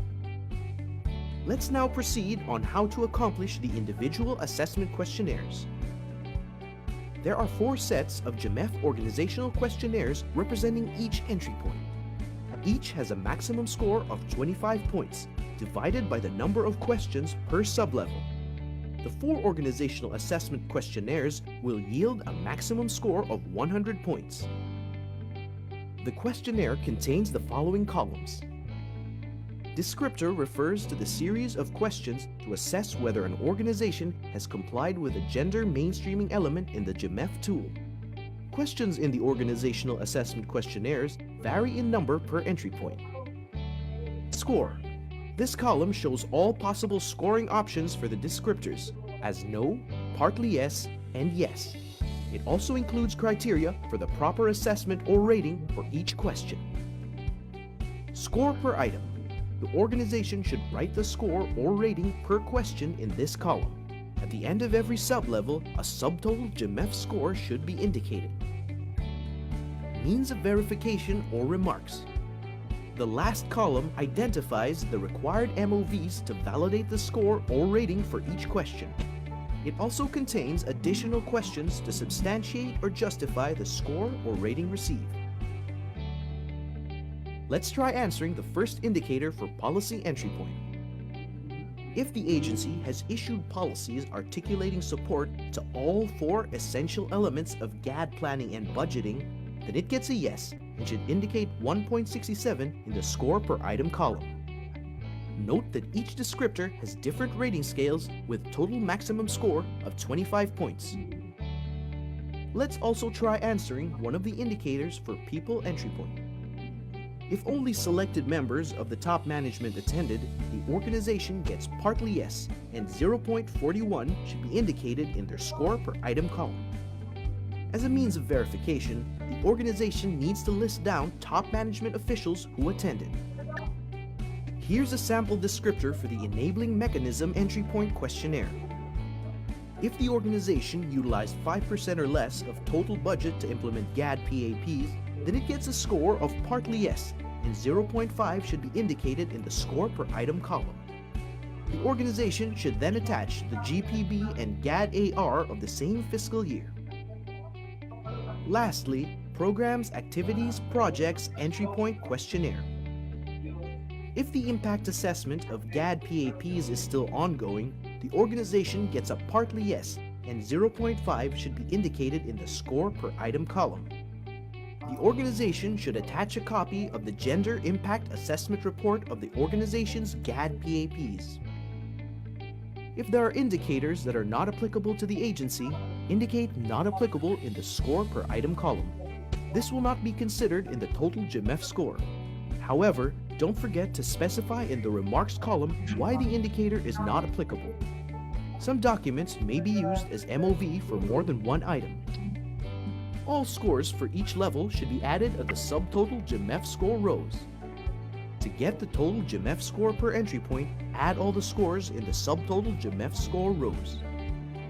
Remember to transfer all the scores to the GMEF score sheet and add the 4 total scores to come up with the overall GMEF score. The scores obtained in the assessment will determine the level of gender mainstreaming efforts of an organization. Descriptors with yes responses are the strong points of the organization. It should maximize these strong points to hasten the institutionalization of GAD and target interventions to sustain efforts on gender mainstreaming. Meanwhile, descriptors with no and partly yes responses are areas for improvement. The organization should analyze the facilitating and hindering factors and target interventions to further improve its overall level of gender mainstreaming. For example, under the PAP's entry point, the organization has not developed GAD orientation module with gender sensitivity as a core competency. The gender issue may be the limited awareness among HR staff to integrate GAD core messages in existing modules for new employees. The results of the GMEF assessment can serve as important inputs in the preparation and enhancement of the organization's GAD agenda, which is the basis in the annual formulation of the GAD plan and budget. Agencies may re-administer the GMEF organizational assessment questionnaires after a specified period of time to keep track of the progress of its GAD mainstreaming efforts. It is important to remember that agencies are not required to submit their GMEF ratings to PCW for validation. However, they are encouraged to inform PCW of their GMEF assessment results.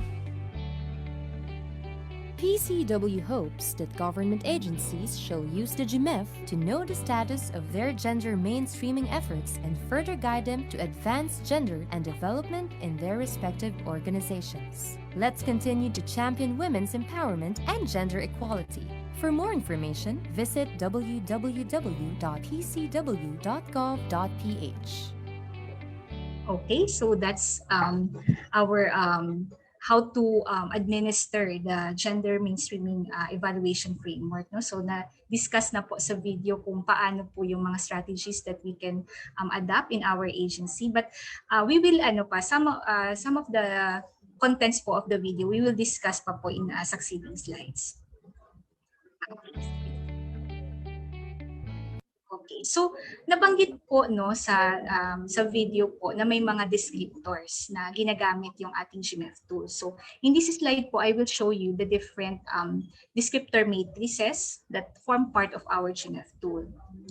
So una po, ayan po, we have the policy descriptor matrix, the people descriptor matrix, the enabling mechanisms descriptor matrix, and the PAPS or the programs, activities, projects, PAPS descriptor matrix. So pag nakita po natin, no, para po siyang banig, tinatawag po natin siyang banig kasi it shows us the all of the descriptors of our GMEF tool at a glance. So it helps us identify po ano yung mga descriptors that we need to focus on in terms of gender mainstreaming. So we will discuss one by one.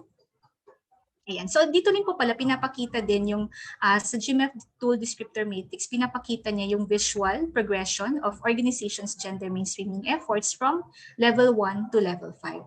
All the descriptors are arranged from level 1 up to level 5. Okay? Ayan po. So the enhanced GMEF descriptor matrix consists of a total of 93 descriptors representing the 4 GMEF entry points. So for policy, we have 13 descriptors. For people, we have 27 descriptors. Enabling mechanisms, we have 23 descriptors. And PAPS, yung pinakamarami po, we have 30 descriptors, total of 93 descriptors. Ayan po. So, pinakita po dun sa video no, na yung mga descriptors are translated into assessment questions. Ayan. So, ipapakita ko po dito sa descriptor matrix po ng policies yung mga descriptors falling in that particular entry point. Ayan po. So, dito po pinapakita po yung iba't ibang descriptors of the policy entry point from level 1 up to level 5. And I have highlighted some of the descriptors in order to show to you the alignment or the progression of descriptors from level 1 up to level 5. So, yun po no, ay example po natin dito sa level 1, 1.3. Sa 1.3 po sinasabi natin we have broad statements of intentions or aspirations reflecting the organization's support for GAD-related activities issued. So ito po yung mga halimbawa ng mga policy statements po reflecting our broad aspirations on gender and development activities or GAD activities. So that's for level 1. Pag level 2 na po tayo, this will graduate into 2.1 policies reflecting the organization's interest for gender mainstreaming. So kapag nag-i-issue na yung agencies on policies, specific policies reflecting its interest for gender mainstreaming, nasa level 2 po tayo sa policy entry point. Sa level 3 naman po, this is translated into sector-specific GAD policies. No? So when the organization is already formulating specific policies related to the sector that they are situated. So for example, mga health-related policies, policies on governance, policies on education, yan po na very clear yung integration of GAD perspective into those policies, yan po yung ating sector-specific GAD policies issued na makikita sa level 3. Sa level 4 naman po, this will graduate into 4.1 GAD policies, 4.2 policies are continually being developed and or enhanced based on the results of gender analysis. So yung ating mga sector-specific policies, they are continually being enhanced based on the results of gender analysis. Yan po yung makikita natin sa level 4. At pagdating naman po sa level 5, dito naman po makikita natin na yung gender-responsive policies are being replicated by organizations as models or standard. So yun po, pinakita ko lang po yung alignment of some of the descriptors in the policy entry point because I will not discuss all of the 13 descriptors. So just to show to you that the policies are progressing from one level up to the next. And some of the descriptors po, as you will soon find out, wala po siyang one-to-one correspondence. So some policies hanggang dito lang sa level 4. Hanggang some descriptors do not follow this progression. But nevertheless, meron po siyang pinapakitang visual progression from one level up to the next. Okay, so that's for the policy entry point. We will proceed with the next entry point po, the people. So we have 27 descriptors. Ano-ano naman po yung mga descriptors na nag-show or nagpapakita ng progression? So halimbawa po dito sa top management, let's look at the top management. So at level 1, foundation formation, makikita natin dito sa 1.3 yung top management attended orientations on GAD. So when top management are participating in our GAD orientation, mako-consider natin siya na level 1. Pagdating sa level 2, top management, when top management is directing the implementation of the GAD plan, no? So yung ating top management is the one directing the implementation of the GAD plan, that is considered level 2. Okay, so that shows you the progress from the top management attending the session on GAD, and then top management directing the implementation of the GAD plan. That shows the progress from level 1 up to level 2. Dito naman sa level 3, when top management already requires the integration of GAD in organizations' major final outputs, yung ating mga MFOs, at nag-integrate na rin ng GAD dito sa ating mga PAPs and performance indicators, we consider that descriptor or that accomplishment as level 3 GAD application. Ayan po. So when our top management naman are able to track the contribution of their GAD, gender mainstreaming efforts towards the fulfillment of national and international commitments on GAD, masasabi po natin na nasa level 4 po yung ating particular descriptor people entry point. And then at level 5, when top management champions GAD concerns during high-level meetings or during high-level discussions, then we can say that our particular descriptor on that people entry point are at the level 5. So medyo mataas na po yung ating progress in terms of the people entry point when it comes to the top management championing GAD concerns during high-level meetings. Okay, so that's for the people entry point. The next would be the enabling mechanism. So we have 23 descriptors. Ayan po, pinapakita ko po dito yung descriptor matrix of the enabling mechanism. So halimbawa lang po muna, no, pipiliin natin yung organization collecting data towards establishment of GAD database and enhancement of M&E system. So that's for level 1, no? Collection of data to establish the GAD database. Sa level 2 po, ang translation nito, the organization database is able to generate census aggregated data and gender statistics. Okay, so that's level 2. This will progress to level 3 when the organization is able to utilize sexist aggregated data and gender statistics in the development planning cycle. Yan po. So that's level 3. Pagdating sa level 4, this will be translated into GAD database generated sector-specific knowledge products on women and men. So yung GAD database na na-establish natin sa level 3 ay able to generate sector-specific knowledge products. Nasa level 4 na po yun, ang GAD database na yun. And then, translation naman dito sa level 5, yung ating centralized GAD database is established and is made accessible to regional and attached agencies or attached offices. Is also made available to clients and other partner organizations. Then we will consider that GAD database has reached level 5. Yan po. So yan po yung alignment or the progression of the descriptors concerning GAD database in the enabling mechanisms entry point. We now proceed to the PAPS descriptor matrix. So again, we have 30 descriptors. Ayan po, ito po yung pinapakita ko po na descriptor matrix ng PAPS. So una po, sa level 1, we have GAD orientation and GST or gender sensitivity training conducted for the organization's clients. Our internal and external clients. Ayan po. So we will consider those GAD activities as level 1. No?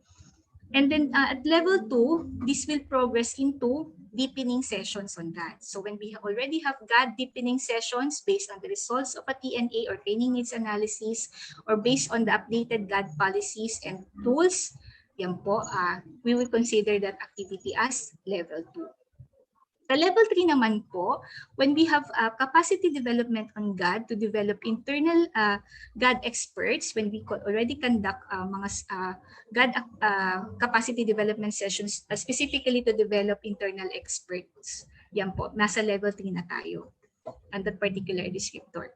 Then this will graduate into level 4 into sector-specific GAD capacity sessions conducted for clients, internal and external. So our sector-specific GAD capacity development sessions on health, on the particular sectors that we are working on or we are situated in. So if we have education, GAD capacity sessions on gender in education, yan po, conducted for our clients who are both internal and external, yan po, nasa level 4 po tayo.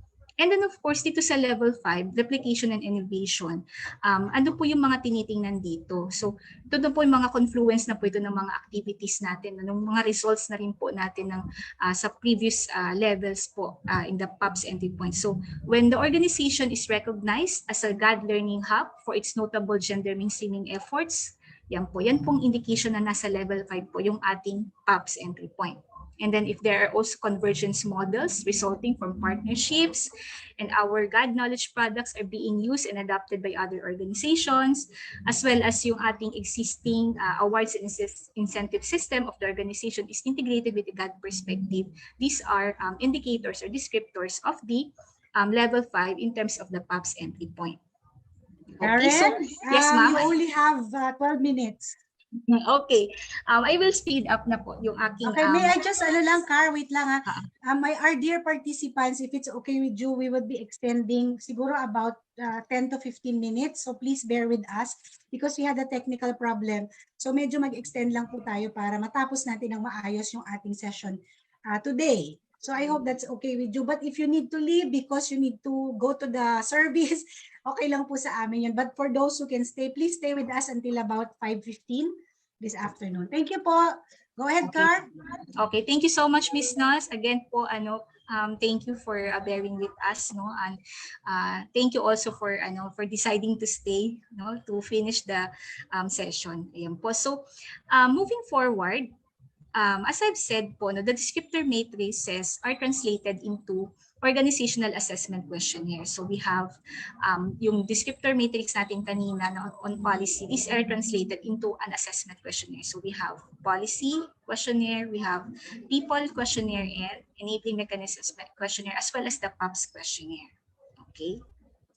Ayan po. So kanina din po pinakita rin po ito sa video, di ba, yung ano yung mukha ng questionnaire. So ito po meron tayong pinapakita dito sa slide na yung people organizational assessment questionnaire for the people entry point.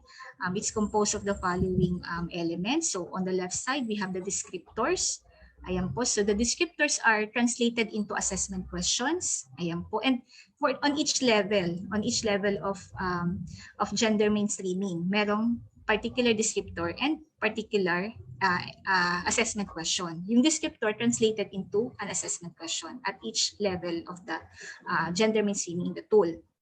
Ayan po. Tapos sa middle, we have the scoring options. So the no, partly yes, and yes responses. So may corresponding scores po yan. So i-assess po natin kung ano po yung na-meet po ba ng ating, when we answer the assessment question, ayan po, na-meet po ba natin yung criteria? If we meet the criteria, then we get a full yes. Diba? If we don't, then we get a no response. So meron po tayong mga 0 points. So ino-note po natin kung ano po yung score natin dito sa score per item na column. Ayan po. And then dito sa last column, which is the means of verification or the remarks, we will note po kung bakit po, o ano po yung mga hinahanap ng mga MOVs to support our response if it's a full yes, if we are able to meet the criteria. Ayan po. At kung hindi naman natin na-meet ang criteria, i-explain din po natin bakit hindi pa present yung element na yun or bakit wala tayong effort on that particular assessment question or descriptor in the entry point. And it serves as the diagnostic tool. Diba? Kasi ina-uncover natin ano yung mga gaps natin in gender mainstreaming. So it helps that we answer also the follow-up questions in the means of verifications column. Okay? So moving forward, in the interest of time, ayan po. So we will tally all the scores that we have in answering the assessment questions. We transfer it into the GMEF score sheet, and we are guided by a scoring guide kung ano po yung score natin. Ayan, so tatali po natin per entry point, and we get the subtotal, and then we get the overall total score. So paano po natin siya ini-score yung ating entry point?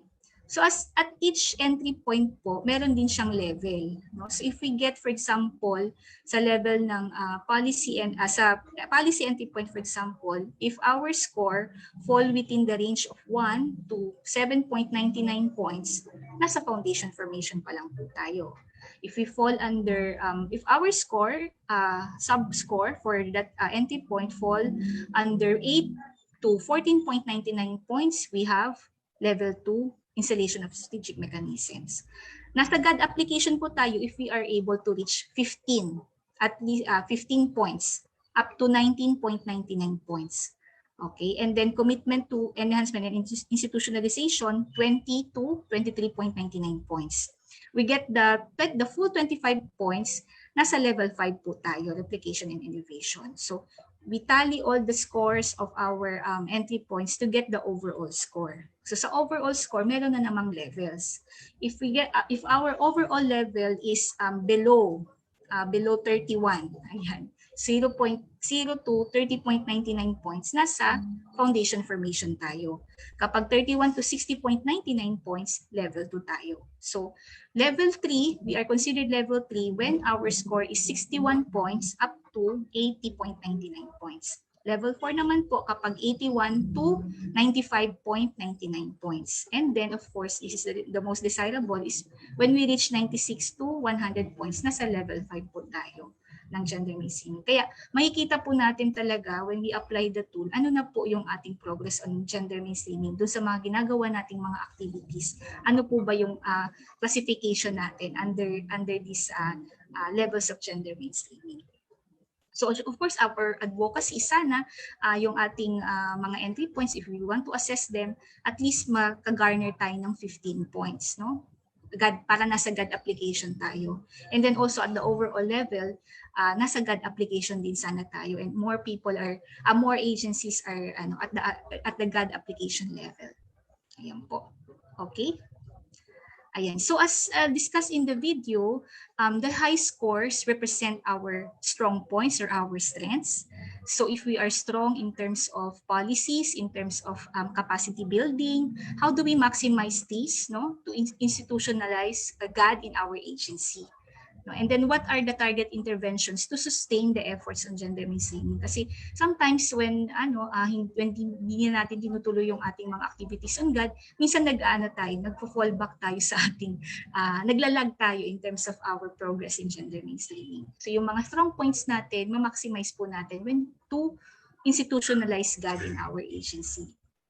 Ayan po. So, yung zero scores naman po, this represent naman our areas for improvement. So, ito din po, hindi po, wag po tayong maalangan kung meron tayong mga 0 points kasi yun nga po, ang GMEF tool, it helps us identify our gaps on gender mainstreaming, and it helps us identify what are the target interventions also that we need to do in order to improve our overall level of gender mainstreaming.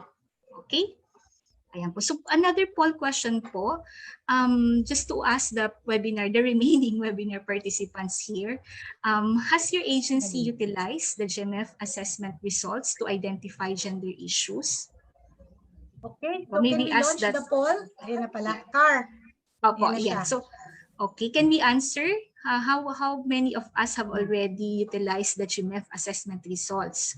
Kanina po, I think mga around 200 plus ang naka-attend na sila ng GMEF assessment. Tapos may marami din tayong mga agencies na gumamit na ng tool. So, in the use of the tool, were you able to use the GMEF assessment results in identifying gender issues? Ayan po. So, may we have the answers? So this is about utilizing results, no? Yes, Not just applying the GMEF, but kung nagamit nila yung results. Yes, ma'am. Ano po yung sagot? May we have the Right. the We Pwede na po? have about 60% car. yes, so pwede na pong i-launch yung results natin. Okay, launch na natin yung result. Ayan. So, yes, we have 172 or 43% were able to utilize the GMEF assessment results to identify the gender issue. So, kakaunti lang naman po ang mga hindi pa nakagamit or not sure if they were able to use it. So, mamaya po papakita natin kung paano ginagamit yung gender assessment results, GMEF assessment results in identifying gender issues. And also, a heads up na rin po sa mga participants. We have 2 other poll questions to be answered later on in the presentation. Ayan po. Okay? So, thank you for your active participation. Ayan po. What I'm showing to you is a sample list of gender issues or organization-focused gender issues based on the GMEF results. So for example, yung ating GMEF results, for example, dito sa 2.1 na descriptor sa policy entry point, nakita natin na the agency has no policy yet, has no policy reflecting the organization's interest for gender mainstreaming. So how do we translate it into a gender issue? So, syempre mag-aano na, when we, di ba, we will gather as a group and then answer the tool and then rate our accomplishments on gender mainstreaming using the descriptors or the assessment questions. So, kapag may mga no tayo, aalamin natin ano yung mga dahilan bakit wala tayong policy on gender mainstreaming issued. So, for example, with this particular GMEF result, possibly the gender issue is there is lack of interest among key officials for GAD concerns as a priority agenda. Halimbawa naman dito sa no GAD agenda strategic framework formulated, how do we translate this into a gender issue? Possibly, kaya wala tayong GAD agenda or the possible gender issue with regards to this descriptor is that we have low level of appreciation and knowledge among GFPS EXCO members on integrating GAD in organizational plans and programs. So yun po yung pamamamaraan para ma-translate natin yung mga descriptor into gender issues. Okay, so I will also show other entry points, other gender issues, from the other entry points like people. So for example, if partly yes po ito, yung only selected members of the top management attended basic GAD orientation or gender sensitivity training. So ano kaya yung possible gender issue arising from this descriptor? Or possibly there is inadequate opportunity among top management officials to be oriented on GAD, and there is low level of support or appreciation of top management on GAD. So ito yung low level of support, madalas na po natin nakikita ito sa ating mga GAD plans and budget. Ayan po. Tapos, another example would be yung top management does not integrate GPB implementation. So if we answered no in this particular descriptor, what could be the possible issue?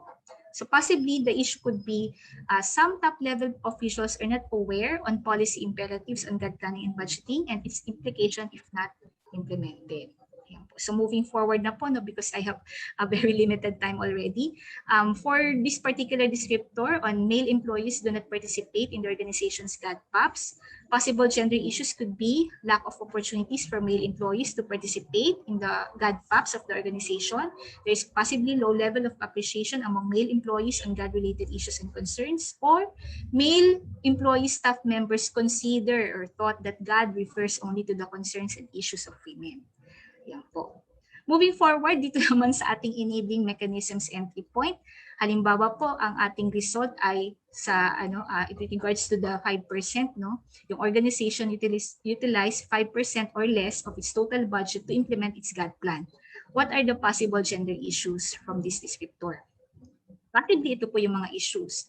Lack of capacity among GFPS DWG members to attribute major programs and projects using the harmonized GAD guidelines. Absence of program project documents that could be assessed using the HDG.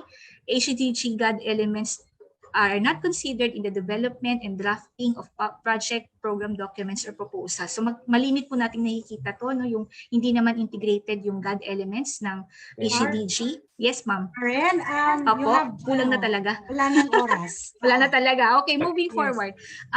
Siguro i-move forward ko na lang sa sa mga succeeding slides. So, I mean, just to show to you that the descriptors are our means din to identify gender issues. Kasi bakit? Sinabi natin at the beginning that the agencies now are mandated by law to promote gender mainstreaming, and we are also mandated by our policies to develop our GAD agenda, to guide our GAD planning and budgeting processes. So sinasabi po doon sa pag-develop natin ng GAD agenda that we need to prioritize gender issues. And to do that, to help us in prioritizing the gender issues, we can use the GMEF assessment tool, no, in order to inform our GAD planning and budgeting and GAD agenda setting of the agency. Okay?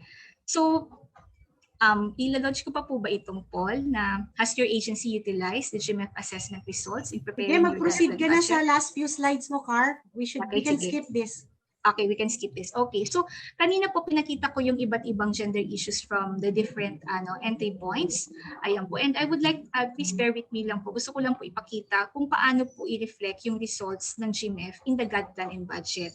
So for example po, yung issue natin kanina na limited capacity of top management officials to integrate GAD perspective in the development or enhancement of policies. Ililipat na po natin dito sa column 1. No? So hindi natin kakopyahin yung descriptor natin ng GMEF, but the gender issues that we have already identified in the course of the GMEF assessment. So kukumpletuhin na po natin yung GAD plan and budget form natin. So if that's our issue, what could be the cause? The cause could be low appreciation and level of knowledge and skills on GAD among top management. And our GAD result statement would be to increase their appreciation on GAD. And then, in order to do that, what could be the possible GAD activity? We will conduct an executive briefing on GAD. Ayan. Tapos lalagyan natin ang output performance indicator na number of women and men officials who participated in the executive briefing, and of course, the resource allocation, the GAD budget.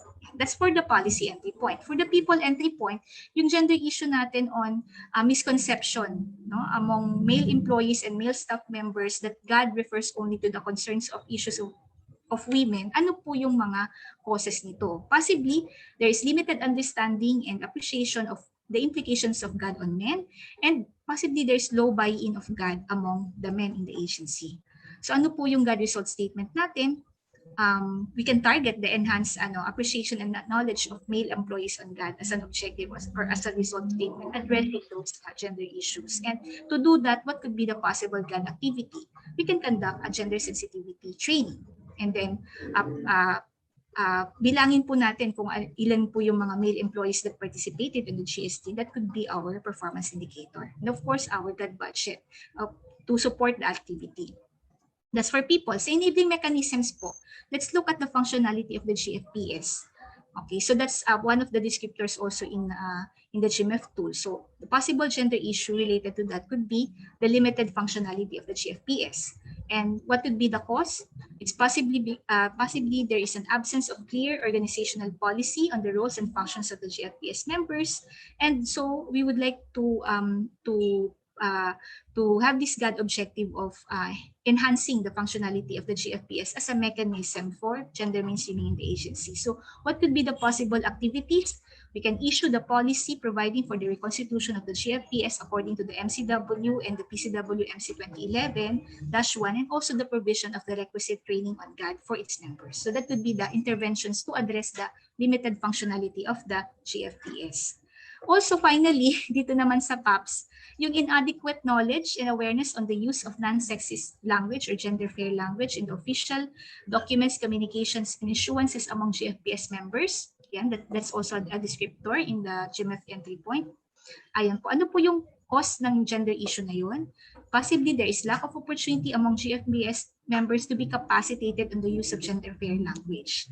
So hopefully our result statement or objective would be to increase the capacity on the use of non-sexist language among GFPS members, and also the enhanced gender responsiveness of official documents and communications. So ano yung mga possible GAD activities that we can undertake?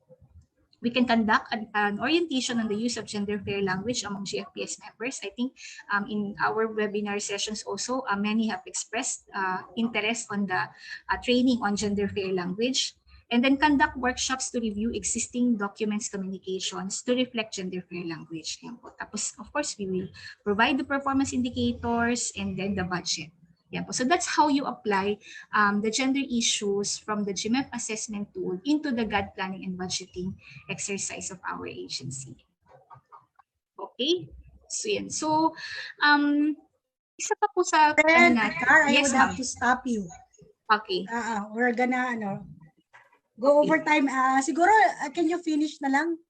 Okay, I will finish. Your concluding slide, please. Okay, yung concluding slide, ayan po. No? So, our, of course, we are awarded, we are awarding notable efforts on gender mainstreaming through the GAD Timpala Awards and Incentive Program. And then for the copies of the GMEF assessment tool, I hope that you'll be able to go to our website. It's being flashed on the screen right now. We will also type in the chat box kung saan po makukuha yung ating electronic copy of the GMEF tool. So in parting, as a parting words na lang po, we'd like to leave with you this message from the United Nations. No? So our goal in gender mainstreaming is gender equality, and to do that, our strategy is gender mainstreaming. So achieving gender equality requires the engagement of women and men, girls and boys.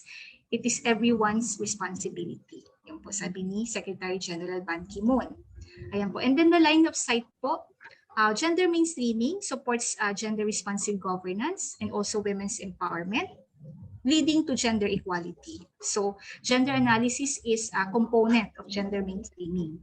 Okay, and then gender equity, women's empowerment is a gender equity measure in order to reach gender equality. So again, gender equality is the goal, gender in development is the approach, gender mainstreaming as a strategy, and gender analysis as a starting point. Yun po. So maraming salamat. Thank you so much for your support to gender development.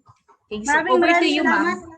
Salamat, Karen, for that very comprehensive discussion of the GMEF tool. I'm sure excited na yung mga participants natin to apply the GMEF tool. So Karen was able to talk about the purpose of the GMEF, who uses the GMEF entry points, the levels of gender mainstreaming under the GMEF tool, and she gave a very specific example on how to translate the results of the GMEF into gender issues na pwede nyong gamitin sa inyong GAD plan and budget or in preparing your GAD agenda. So we encourage everyone. So the PCW, just to remind everyone, the PCW has issued a memorandum circular on the use of the GMEF tool. We encourage you to use this. This is a self-assessment tool, meaning kayo po ang gagamit nito. Hindi po si PCW ang mag-a-assess sa inyo. But if you want us to help you in your gender mainstreaming assessment, in the results, validating the results of your GMEF, you just communicate to PCW and we will be able to respond to your request. But you have to be able to do it, apply it on your own.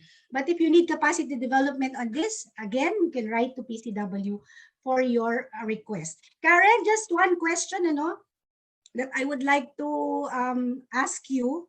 This was asked by one of our participants, no? Wait lang, hanapin ko siya. Ayan. Sabi niya, does the PCW monitor agencies, especially LGUs, if they conduct the GMEF? If it is mandated to do so, I believe that these tools, these tools, the agencies have the freedom to choose which to use. And also it was mentioned naman sa PCW that the video that the PCW does not collect the results. So, ang tanong niya, minomonitor daw ba natin yung paggamit ng GMEF? Karen. Yes, ma'am.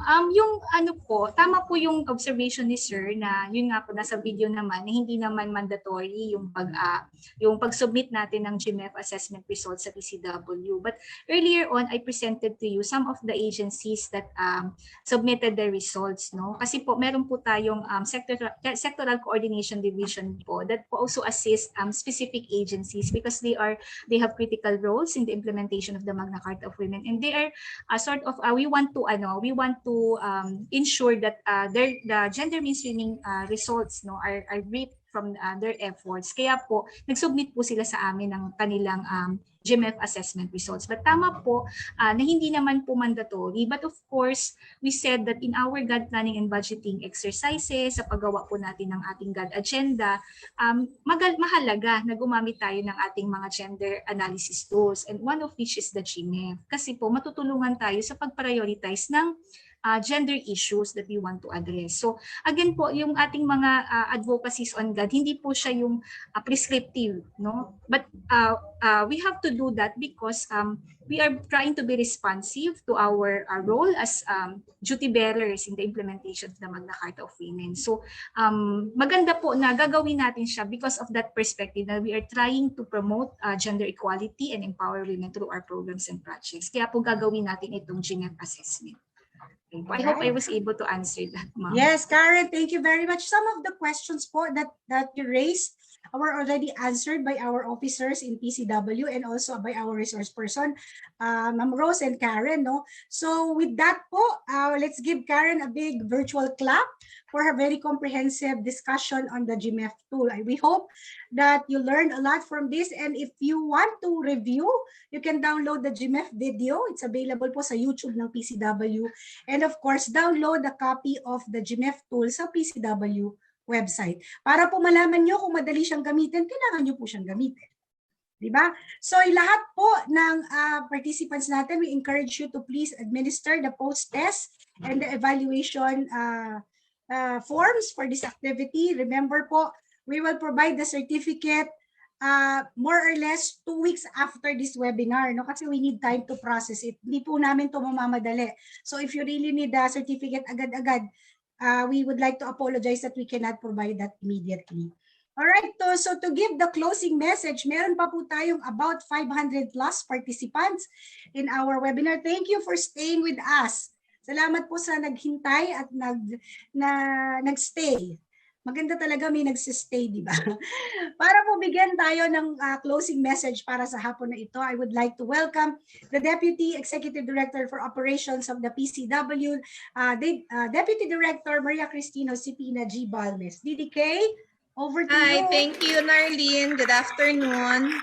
Yes, good afternoon and happy Pride Month to everyone who won and GAD advocates in government who are with us today. Today's sessions taught us a lot, yes, including me, on the importance of gender analysis in development and implementation of gender-responsive programs, activities, projects, and policies. The PCW urges all the government agencies to fully institutionalize the conduct of gender-based analysis and use the appropriate gender analysis tools to continuously deliver gender-responsive and inclusive programs and services to people of diverse GSC.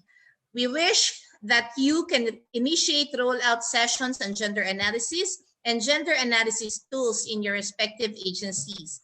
As we learned about the discussions this afternoon, the PCW also hopes that everyone in this activity is able to have the takeaways back to your institutions as GAD advocates. Pero kitang-kita ko naman po na marami kayong natutunan sa chat box pa lamang. May your learnings become an instrument in making your activities, programs, projects, and services gender responsive, particularly in addressing the gender needs of your clients and colleagues. On behalf of the PCW, I would like to express appreciation and gratitude to our resource persons for their valuable insights and presentations.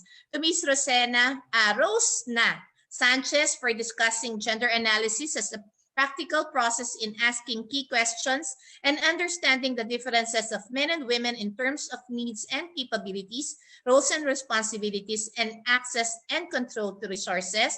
You made the discussions po very engaging that participants wanted more, but sadly, we do not have enough time. To our very own Karen Dagnalan D for presenting GMEF, one of the gender analysis tools developed by PCW to gauge the level of organizational gender responsiveness of government agencies in the country.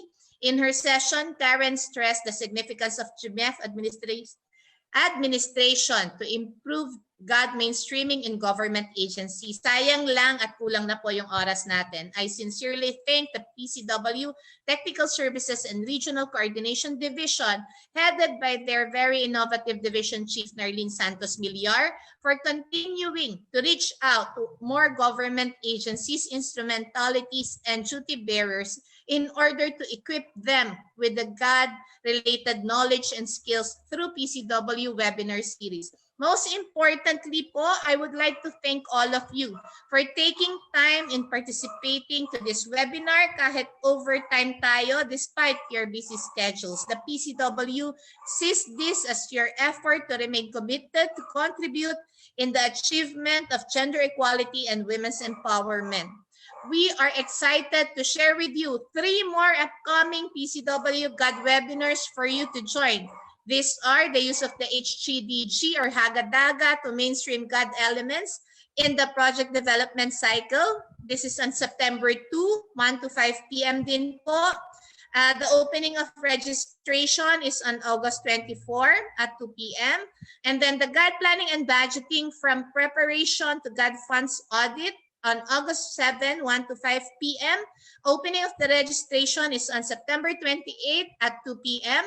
And last, the GAD agenda formulating the GAD strategic framework and GAD strategic plan on November 18, 1 to 5 p.m. The opening of registration is on September 28, 2 p.m.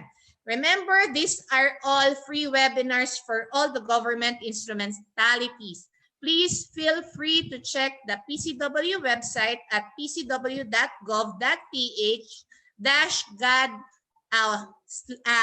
webinar for session description, resource persons, and other details. We hope to see you all again in our next webinars. Again, happy Pride Month and thank you and keep safe. Good afternoon. Thank you very much, Didi Christine. Marami din po nagme-message sa inyo. Didi, mukhang kakilala kayo. Thank you daw po, Didi Christine. Maraming salamat for joining us in this webinar, Didi K, and for always being with us and joining our activities. Again, we thank everyone for your participation in this third PCW GAD webinar for 2021. We still have 3 more in the second semester. So we hope to see all of you there. Sana may continuity po kayo, no, para may building up po yung inyong capacity building on GAD. We will be accepting your evaluation forms and your post-test until tomorrow. Para po hindi naman kayo nagmamadali. So yung hindi nakatapos ngayon, we will still accept them until tomorrow. So magka-cut off po kami hanggang bukas. Okay, so maraming salamat. Again, thank you very much to Ma'am Rose Sanchez and of course to Karen Dagnalan B for sharing their expertise, and to the team of PCW led by Kim Ann Teodoro and Mariel Ferma, and of course Kim Harold Peji and Don Leongson and Saikimi Asensio and all the rest of the TSRCD team. Maraming salamat sa inyong lahat.